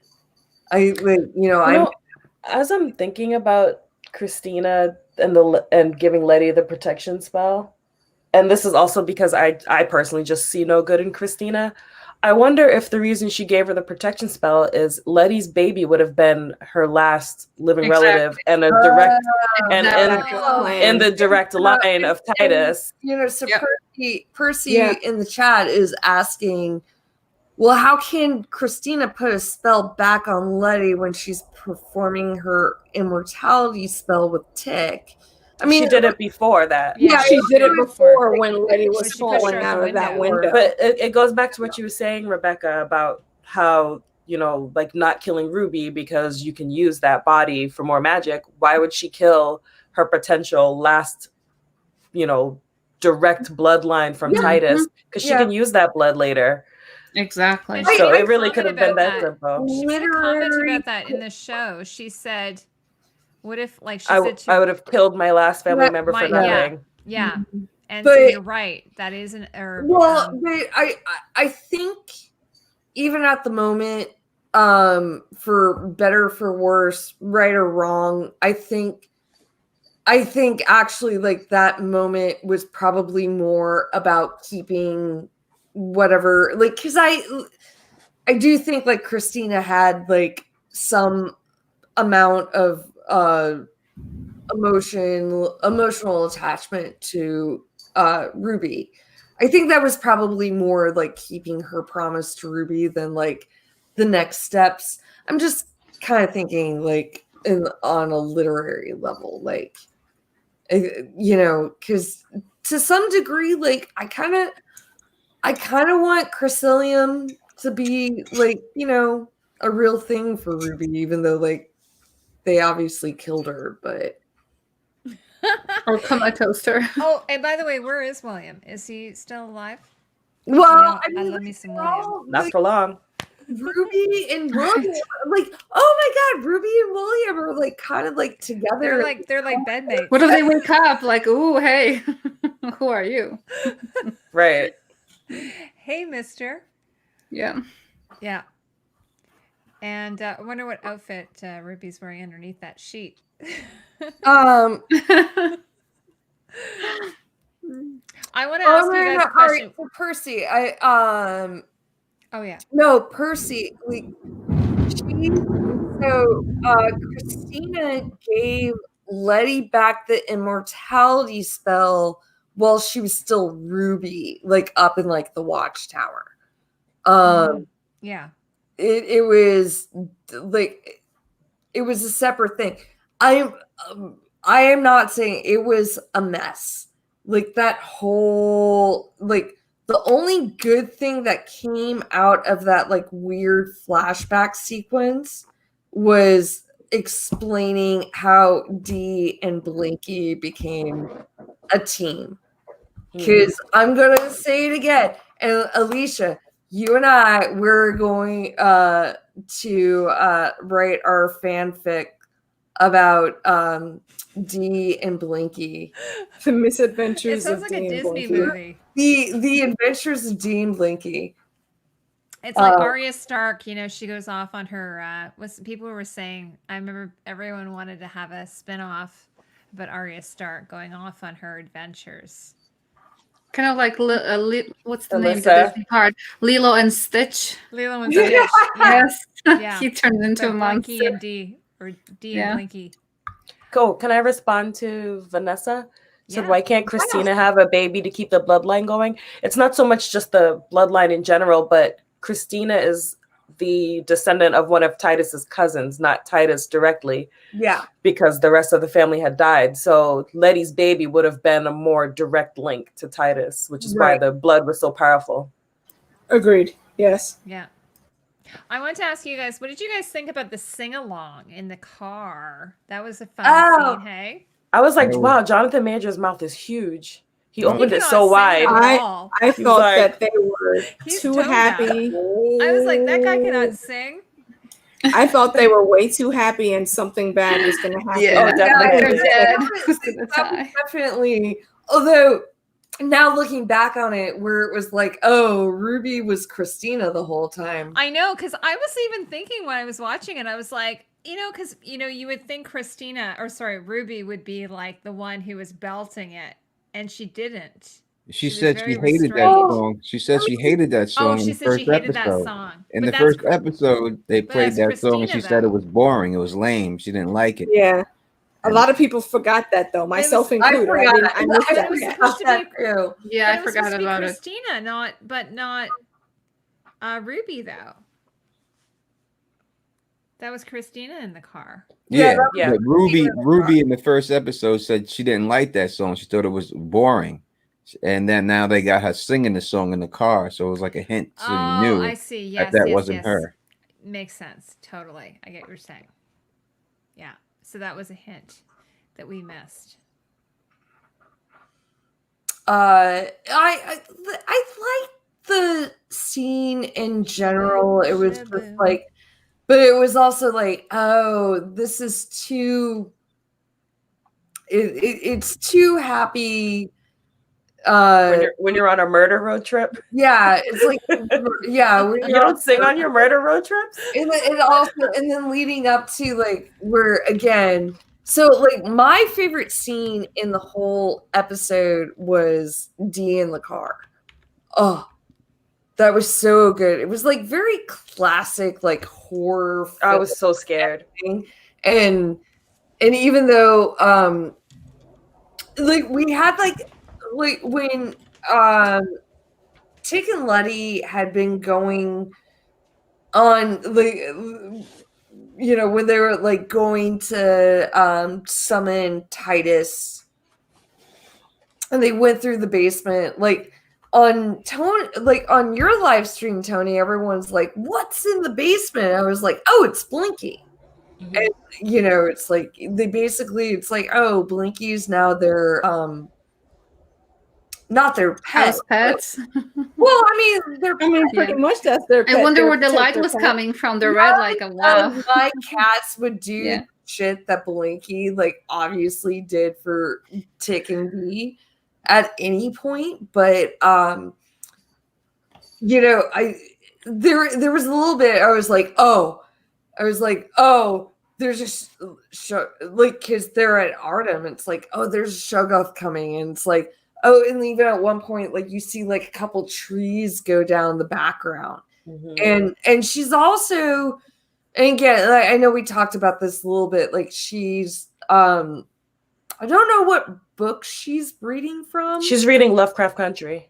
Oh, okay. But it's like, it basically says like, we're gonna have to spill other people's fucking blood in this whole thing. So which kind of leads to like it makes sense that she kills Christina, but I mean we've already talked about that, but I love that. I just felt sad that it was her who killed her.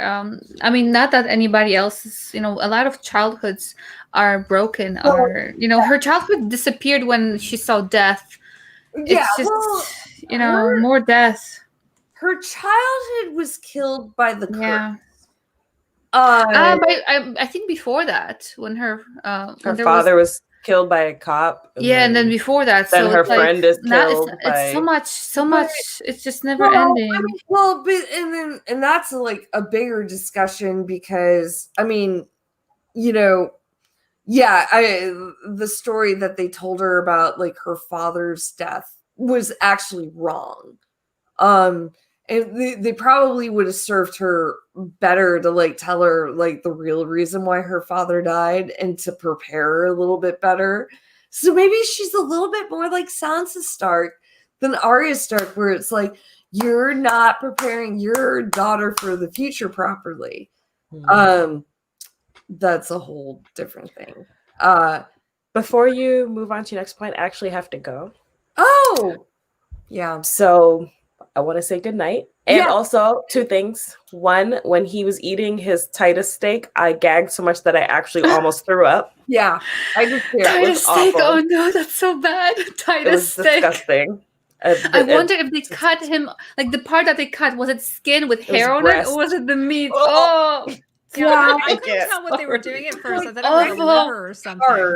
It was like, I thought it was just a piece of his chest. It looked like it was just surface. He should have carved under, get the muscle, not the skin. Ew. Like the fatty part, marbling. I don't know. There was a little bit of muscle. Oh God. Yeah. And he had it wrapped in saran wrap or something. And it's like a 6-hour ride in the car, right? I didn't see eyes. I No. That's enough. No, let me finish.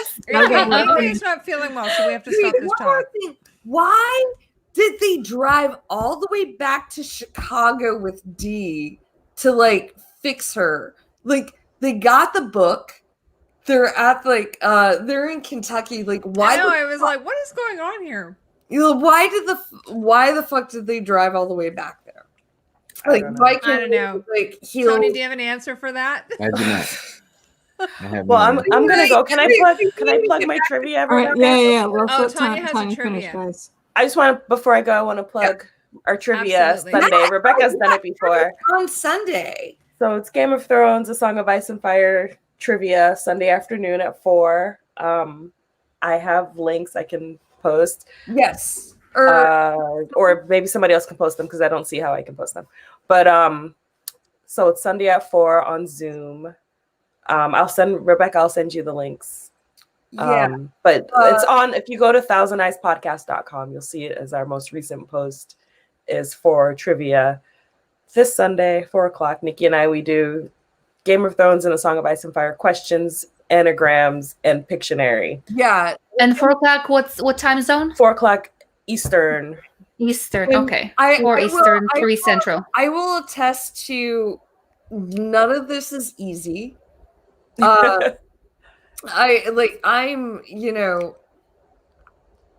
Rebecca's done our in-person and our Zoom trivia. Yeah, and we're doing it a few years. And I'm always like I'm always like in like second and third place, and it's like, could you at least are you focusing on a certain season of Game of Thrones? We are focusing on basically spooky elements. Ooh, since it's Halloween time, so it's all things that are spooky, ghosts and monsters and Melisandre and all of those types of spooky characters, spooky places, spooky things. I will be there on Sunday. If anybody wants to join my team, let me know. I will be there on Sunday.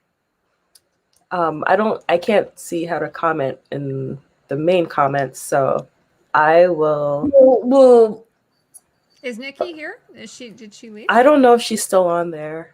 Yeah, I haven't seen her in a bit. Oh, Tanya's like divorcing herself from. Oh, there's Nikki. She said ghost prophecies, monsters, etc. Okay, yeah. Nice. Nikki, can you post the link? There's a Facebook invite. Oh, she did post it? Yeah, I'll post it on my Twitter, and we'll get it out there for Thank sure. you. Thank you. Yeah. So if any of you can make it, it's a lot of fun. Yeah. And, you know, the more the merrier, It really honestly.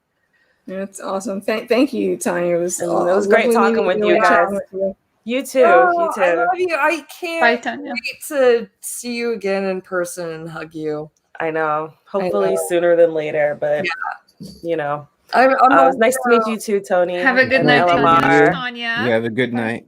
You guys have a great night. Thanks All so right. much for You too. doing this with us. Oh, no problem. I enjoy it. We love having you so much. Yeah. Thanks. Good night, guys. Good night. Night. Night. I love her.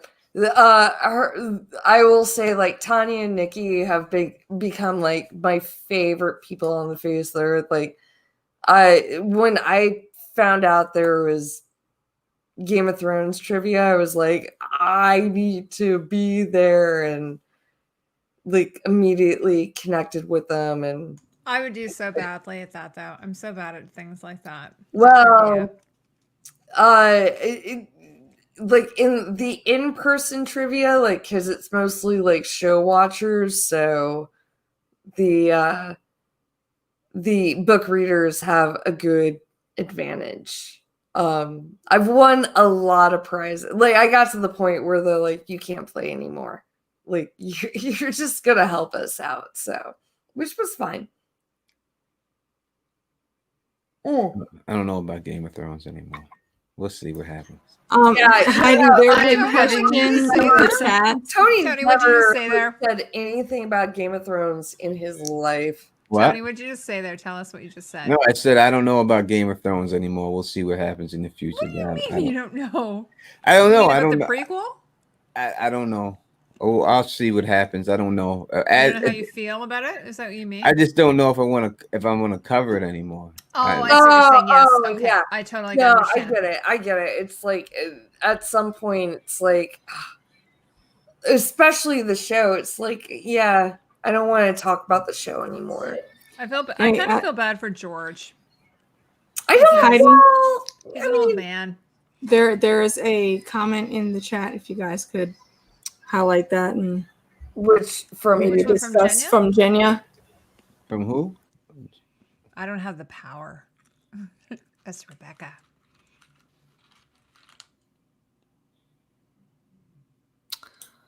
Christina says when she reverses the curse, that because Dee was born.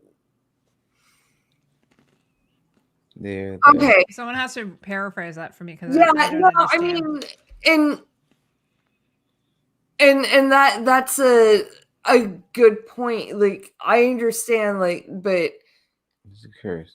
at what point was that set? And that's a little bit, you know, what I like and I don't like about the show is that there's so many like little tidbits, but they're So they're it's saying they're that the reason why Dee had to they be have moved. like so much like high concept shit going on, but a lot of the way they explain the high concept shit is in very like quick like exposition dumps, which I'm okay with, like, because at some points, like, I don't, you know, I'm just like, okay, I get it, it's fine.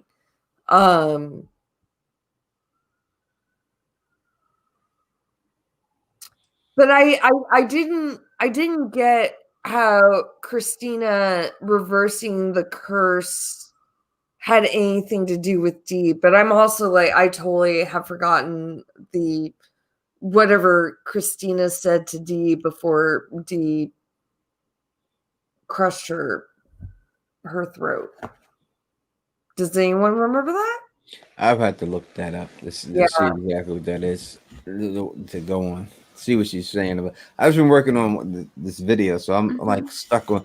Like when I zone in on one thing, I stick on this one thing. I so I know. can get all that right. It's hard. But what do you mean? What she says? What Christina says, or what Dee says? Christina says when she reverses the curse that because Dee was born there, the spell would work better. So she's talking about when Christina reverses the curse inside of the house that she was cursed at. When she told them, "Hey, it's gonna work better here because right. we're in the house." We're going That's the same. to She's saying that's the same reason Tick had to go back to Arnhem, because I guess she's saying that Tick was right, born in Arnhem.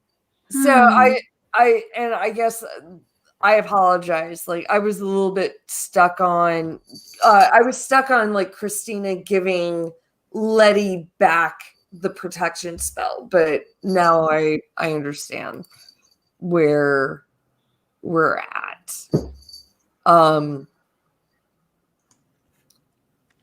Hybrid Music, what kind of YouTube channel are you starting? Nikki Is that Nikki? for a That's Nikki, yeah. that's Nikki. Okay. She works for a The she works 1,000 Eyes in One podcast.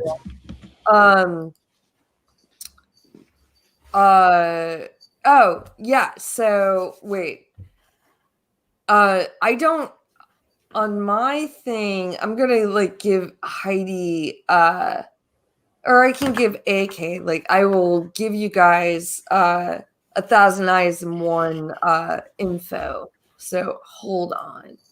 But Tony, so do you think there's gonna be a season 2?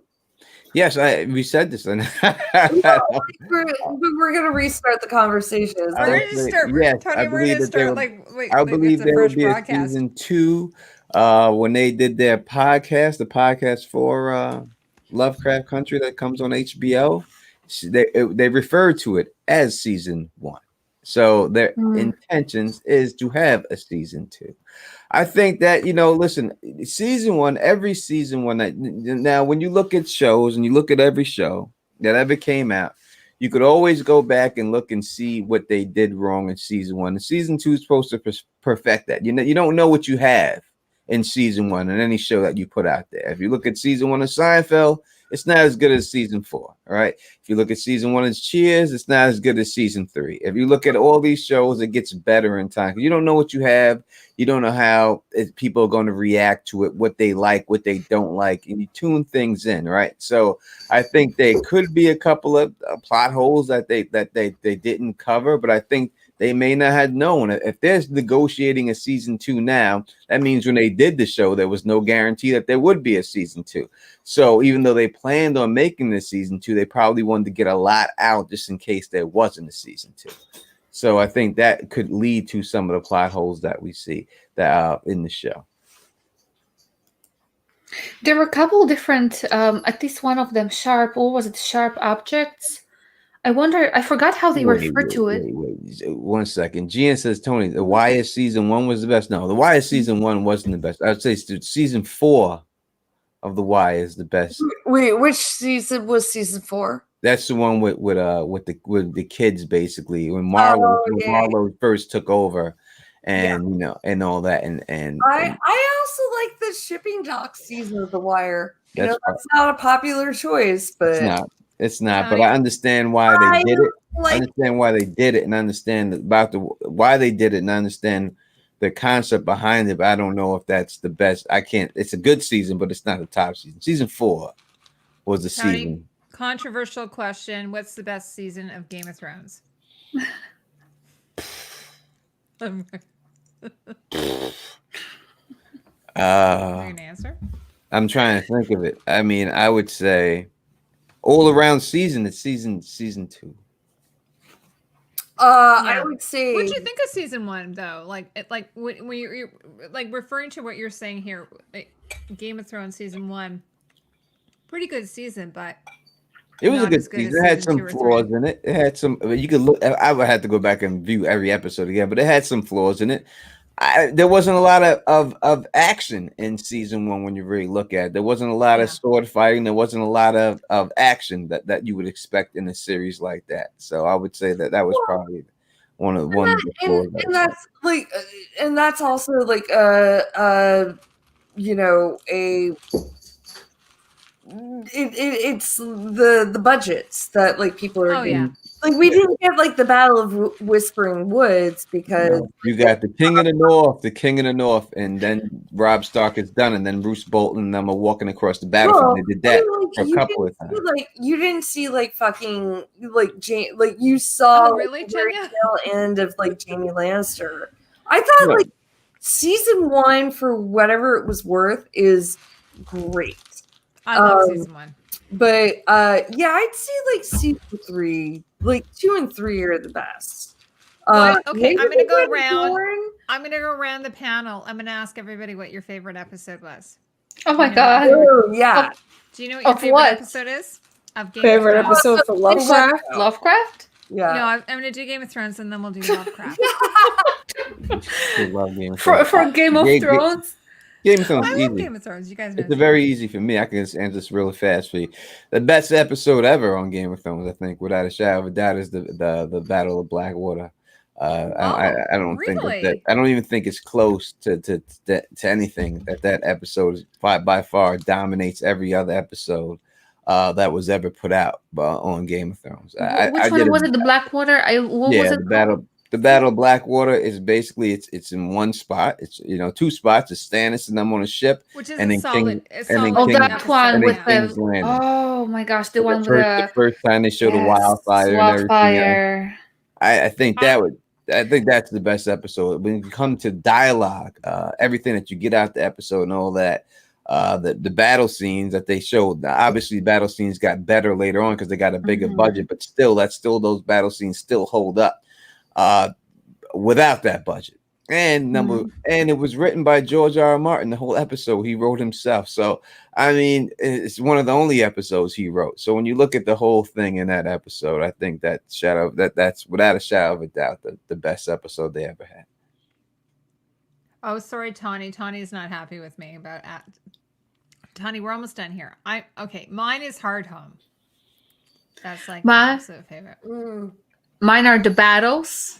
Almost any like battle there is. Bastards or all battles? All of them. The Hard Home, Battle of the Bastards, Blackwater. I love that. I love that action. But I also have to say, besides the battles, I did love the scene, the one where Cersei blew up the Sept because of the music, because there was not even one word said until whatever the music was building up. We saw that tension, and then boom. Yeah.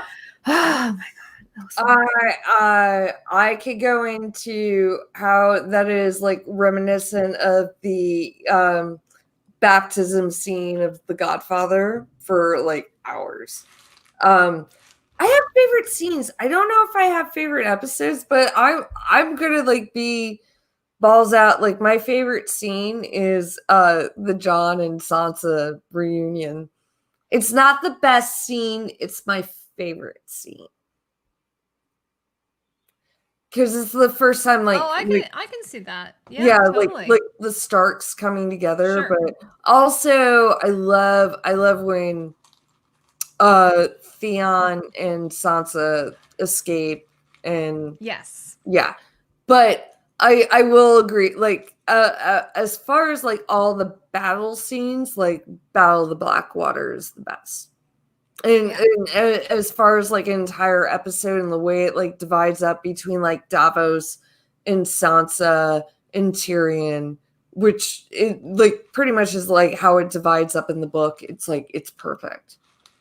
So you get the AK, speech, you get Tyrion's speech, you get a lot of Tyrion's speech, you get Cersei and Sansa, you get Bronn and the Hound. You get everything in there. So it's the best episode. I will agree with you. It's like it's the best episode, and it's also I think like the best way that they adapted the book to show. Alicia, mine was the Battle for the Wall. Oh, and that one's good too. Which one? The Battle for the Wall. The Battle for the Wall. So, the episode? Was it? I guess I don't remember what episode number it was.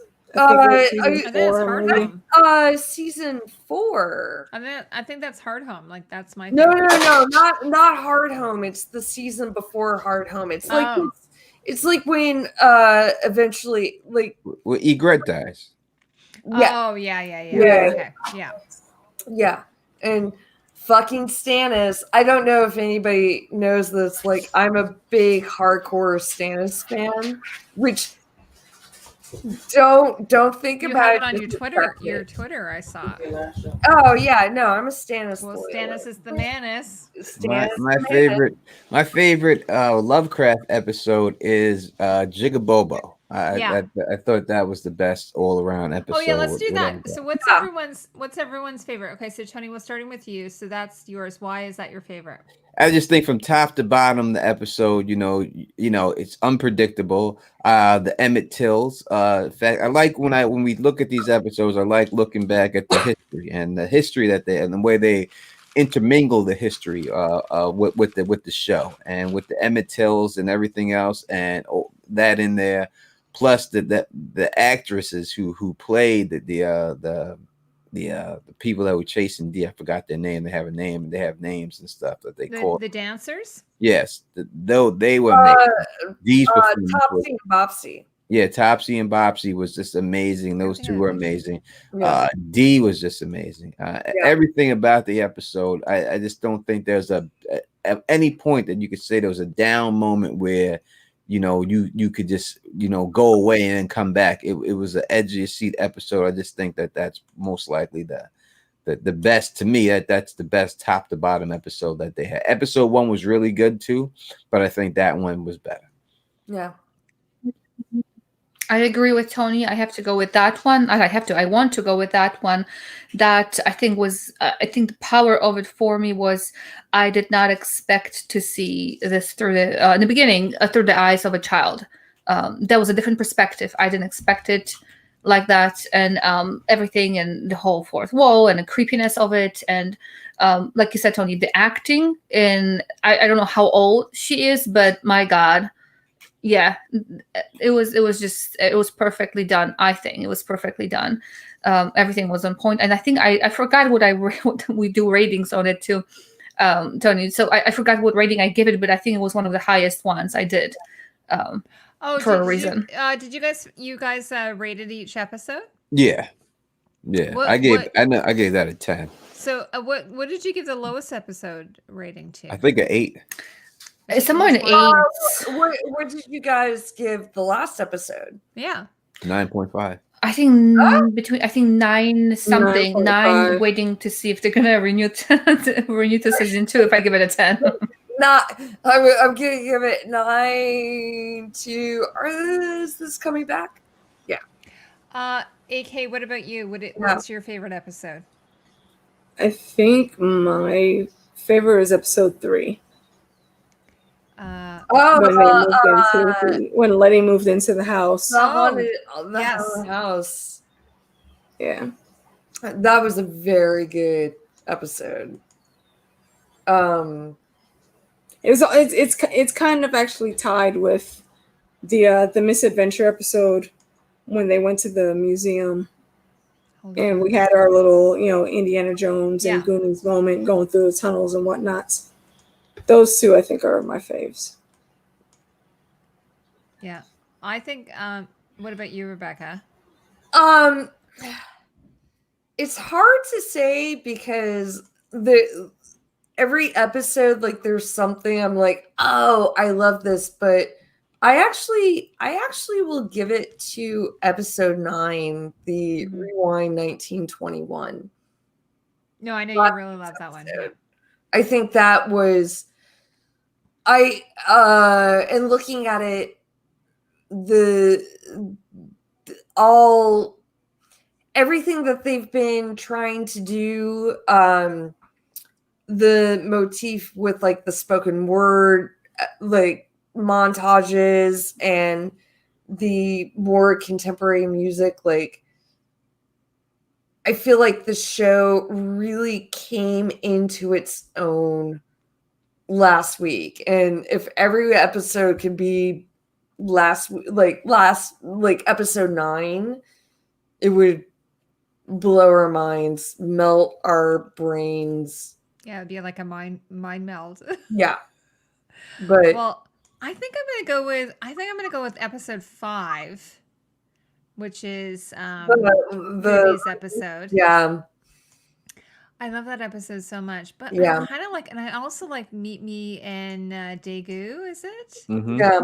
I love that episode, and it's not because like, well, I know that we've talked about it being kind of a weird episode, but I think the reason it's from Atticus's perspective, like I thought the actor in that, he was so amazing, like that showed to me his acting chops and why he's probably going to be a superstar. Like he's going to be really famous, I think. Yeah. He was just. Hey guys, before you move on Yeah, to your absolutely. next Go plot ahead. point, I gotta go. Oh, Okay. Alicia. Yeah, it's been like almost 4 I hours. hope no, you Oh my feel darling, better how are you soon. feeling? Take it easy. Yeah, Yeah. AK, you need to drink some Yeah, lemon. Yeah. echinacea, vitamin C, love. Yep. Rest, virtual hugs, and Oh my just God, AK, thank you so much for hanging out with us. No, it's my pleasure to be We're here. a little I'm bit glad I can crazy here. You know We what? I love have a you. staff Good night, meeting AK. tomorrow, but I don't have to be on camera. So I can Good night, you know. AK. Love you, AK. One plug real quick. Friday, Yes. 52 pickup Citadel of Trivia. I'm pretty sure right after we're done, we're going to tell people to jump over to Tony's. Hopefully we don't miss the whole thing. So I think you're going on at 8, Tony. I'm Trivia going. usually I also think it's starts at $9 Eastern time, 8 9. o'clock. Okay, cool. Central. And then we might not Alicia- overlap Oh, that. yeah. And definitely, like, everybody, like, the Citadel of Trivia is fun as fuck. Fun as Yeah, we're Okay, basically that's fine. doing Halloween themed questions Oh, for this next one. Halloween movie, Halloween in general. It just Halloween in general. We all pick our different categories that have to do with the season. Mine is going to be Alicia? Know Your Witches. Alicia, before you go, AK, we should talk about doing a Once Upon a Time show. Oh, I'm down. Like, talk Regina. about like doing like RD fanfics. So Yeah, you guys have my contact info. we So love you. yeah, you so know Alicia we're and I are Regina. going to talk All right, about doing a Alicia Regina. Kingston here is the, I thought I was going to be like witty and clever and give her like a nickname on the fly, but I'm not that witty and clever. Alicia Kingston, the Queen. Poor Alicia. All Oh my right. God, Alicia, I hope you feel better soon, Yeah, sweetie. feel I better. do too. Love you guys. We See you love on you Friday. too. Bye. Okay, sweetie. Take care. Bye-bye. Oh, and then there was And then there were 4. I was just saying that. It's just like a what do you call it? Bye. A murder mystery. Oh, and speaking of murder mysteries, I just have to plug Yes. Rebecca and I. Oh my god. Well, Everyone, before you Rebecca and plug I it- are doing. Go ahead, Rebecca. I was going to say, like, both Tony and LMR, have you watched the movie Clue? Clue? I haven't seen that such a long time ago. I haven't seen it recently. I don't remember. It's on Amazon. You can watch it. Clue. Okay, so is it like in a theme of horror stories Like or the what? like the board. No, it's You murder know the mystery. board game Clue? It's Oh. like the board game, yeah. So, like, Look in into that. the news, they decided to make a movie off the board game Clue, and it's amazing. Which is just such a thin premise, right? Like, you just take a board game and make it into a But- movie. Oh, But it's so fun. yeah. It's, LMR, so Yes. Peter's saying that your light horns. Yes, I had to move it I was getting more comfortable in this chair. I did. Oh my God. See, okay, let me move this way. No, Okay, this move way. Move your light horns. There we go. I thought it was a crown. See, I love see that Luna. Like, Luna in the background, like, yeah. she's so cute. She's so fucking She's such Isn't cutie. she the cutest, the little kitty? She is. here? Yeah. She's So adorable. this is my Look at her. old She's just man. like, I'm on TV. Oh my Yeah, god, so- and there's your cat. She's like, I'm on TV. Look at me. This is Buster. Buster. LMR, Oh, where's- I have to tell you, this is how Yeah. I think of you. I think Mhm. because I saw that as you had like a beautiful crown on you, and everyone else. I know. Oh, these are everyone else horns. Saw it as thorn. I'm evil. Horns. What are we doing for Clue? I- Oh, let's like, tell them what we're there- doing for there Clue, was Rebecca. Something, like, when you came on the stream, I was like, Oh yes, There we go. this is like it. Tanya likes dogs. She's not a cat person. I have 2 dogs. I have a cat. I have everything apparently, She's got and a all- dog she's got all and a things. cat and Yeah. a mouse, not a mouse, a hamster.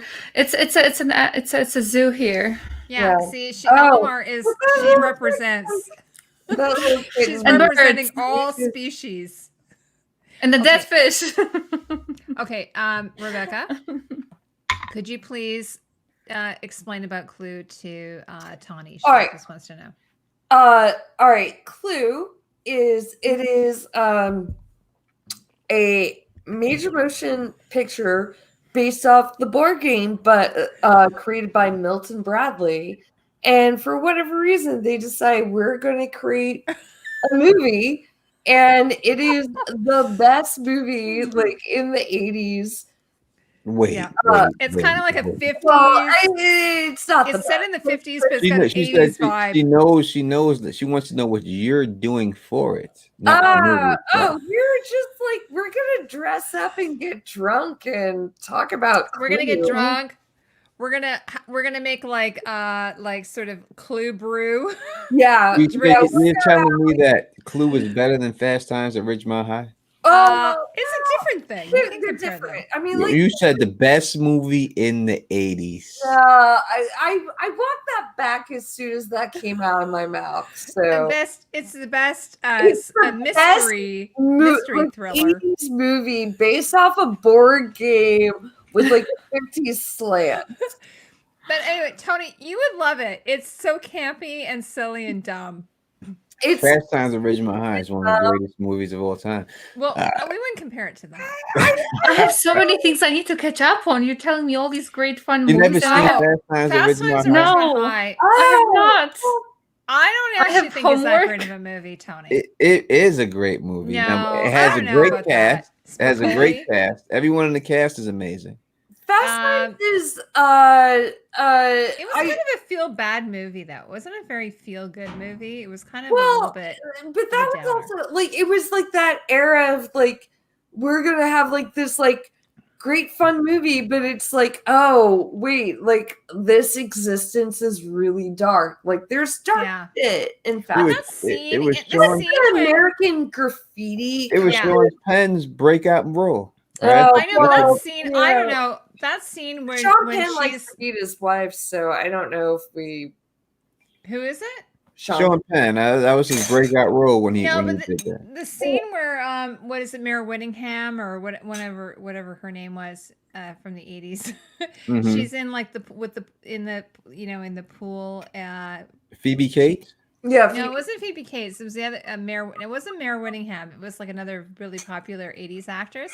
But she's basically like sort of feeling coerced into having sex with that guy, which is sort of an 80s thing. wait, like, there was- wait, which movie? Fast Times at Ridgemont High. I mean, Phoebe Cates was. Not was Phoebe the- Cates. It's another actress. It was We're talking about Brad's sister when she was, the guy from the Like Jennifer, guy from the movie Jennifer place. Jason Leigh. Yeah, he was so gross. But he was the Italian guy. Yeah, he was you know. nasty. You always had one of those in the movie back then. I mean, when you Yeah, talk they about always had like sort of like a bit of a mustache, which is funny because my son now has a little bit of a mustache. Oh no. And I'm like, oh, so we bought him a razor, and we're like, okay, Leland, do you want to shave? So Jack, I said to my husband, I'm like, you have to show him how to shave. So he shaves the mustache, but then I come downstairs and he's got like basically like a Scooby-Doo. How old is he? How old He's is 14. He's got like a Scooby-Doo I got a chin beard. scare because my kid apparently is getting a mustache and he's not supposed to. He's a baby. Is that a baby? How He's 12. Well, no, it happens. It happens at 12. I'm like, My no son- way. I cannot believe it. He is tall. He's as tall as I am right now. Yeah. I'm depressed thinking about it. Happy for him. He's gonna be a know. big Sitting tall next to man. my son. when is the Clue video coming out? They're asking in the chat. We're getting off We're doing topic it here, live Tony. on the 30th. We're doing it on the 30th. And It's gonna be on my channel. I'm gonna Costume like Co. do some witchy shit. I might do like a tarot reading for somebody. Yeah. On We- Costume that Co. It'll be on On the Costume Costume Co's Co. channel. And we're gonna do maybe like a giveaway. contest, like for me, like me to pick like who gets the tarot reading. We could do like a trivia question or something. Yes. About Clue. Yes. And then maybe I'll do a giveaway. We'll do some kind of giveaway Well, as well. yeah. That's exciting. Like We'll besides do that. giveaways, like one a Tanya doesn't want a giveaway tarot. and one a She my doesn't like giveaway. That's okay, Tanya. You don't So have to have a tarot exciting time. You can just join us. We're gonna dress up. I'm probably gonna dress up like the Ellen Brennan character. And Tawny, like tarot's like, don't be afraid of tarot. Look at don't be afraid of look at tarot. Rebecca. She's Be really close to the respectful. camera. Rebecca's really close to the camera. Get in there close, Rebecca. Don't be afraid. Oh my gosh. of tarot. That's Ring light. Ring light. Tony, are you happy that you're here? I'm happy to be here. If I wasn't, I would not be here. Of course, that's true. I'm He would happy. just I am leave. with 3 beautiful ladies. How could I not be? Oh, Tony, we love you so much, and we're so happy you're here, and I'm really glad to have gotten to know you. And the only thing that I'm a little sad at is that there isn't any opportunity to meet you in person. Well, I'm sure there will be a conventions I will show up at eventually. Yeah. Well, when and it's also Tony, like whenever you come back into the city, I know you're because Rebecca and I haven't met in person, but as soon as I told her I was supposed to go to New York, and I was going to take my family. We were going to go to New York, have a visit, and I was going to meet my girl pal Rebecca. Woohoo! If you came down in New York and y'all came, I would come down and say, yeah. All right. Well, also, wait, Elmar, where do you live?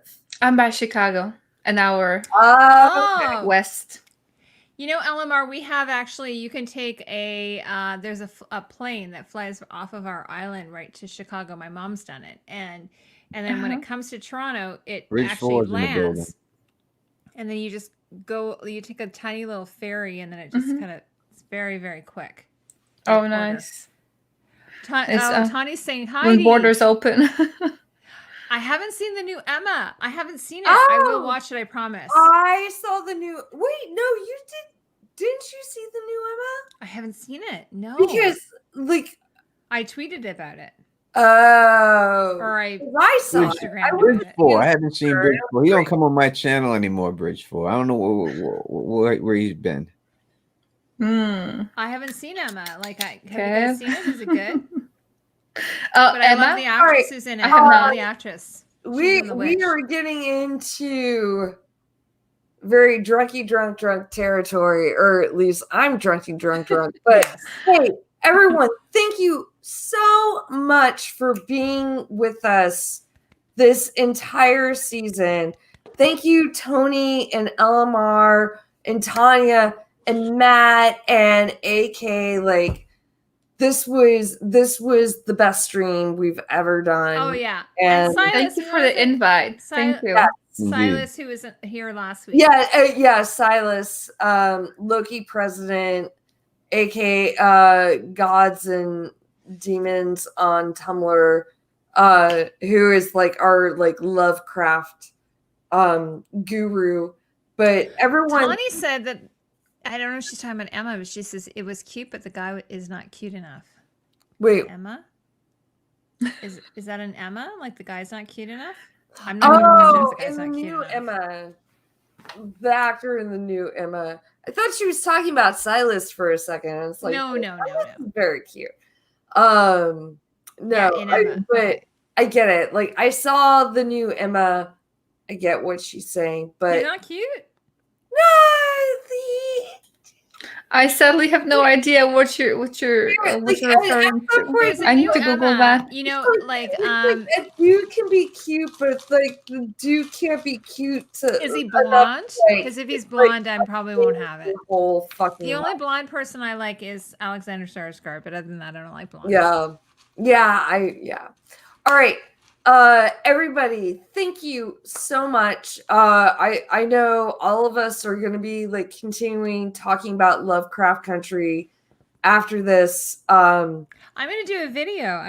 I've decided I'm going to do a costume video on it. Yeah. So I'm probably going to do that. That'll be very nice. Weekend. Yeah. to combine them all together. Yeah, I'm trying to figure. I was having a really hard time figuring how to do it. I'm like, how do I do this? So then I think I might do it. I said to Jack, I might do it based on each like time period.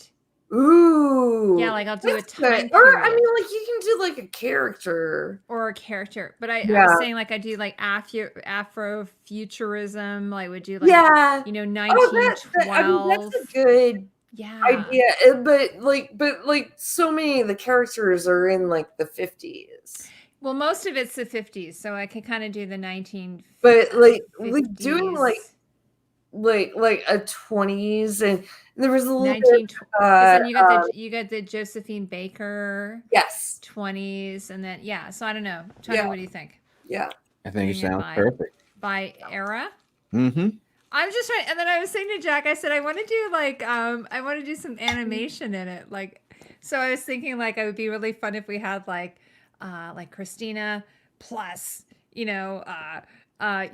William or equals, and then that kind of thing. I just thought it'd be really fun if I kind of did some animation in there. So Jack said he would help me with some animation. Yeah.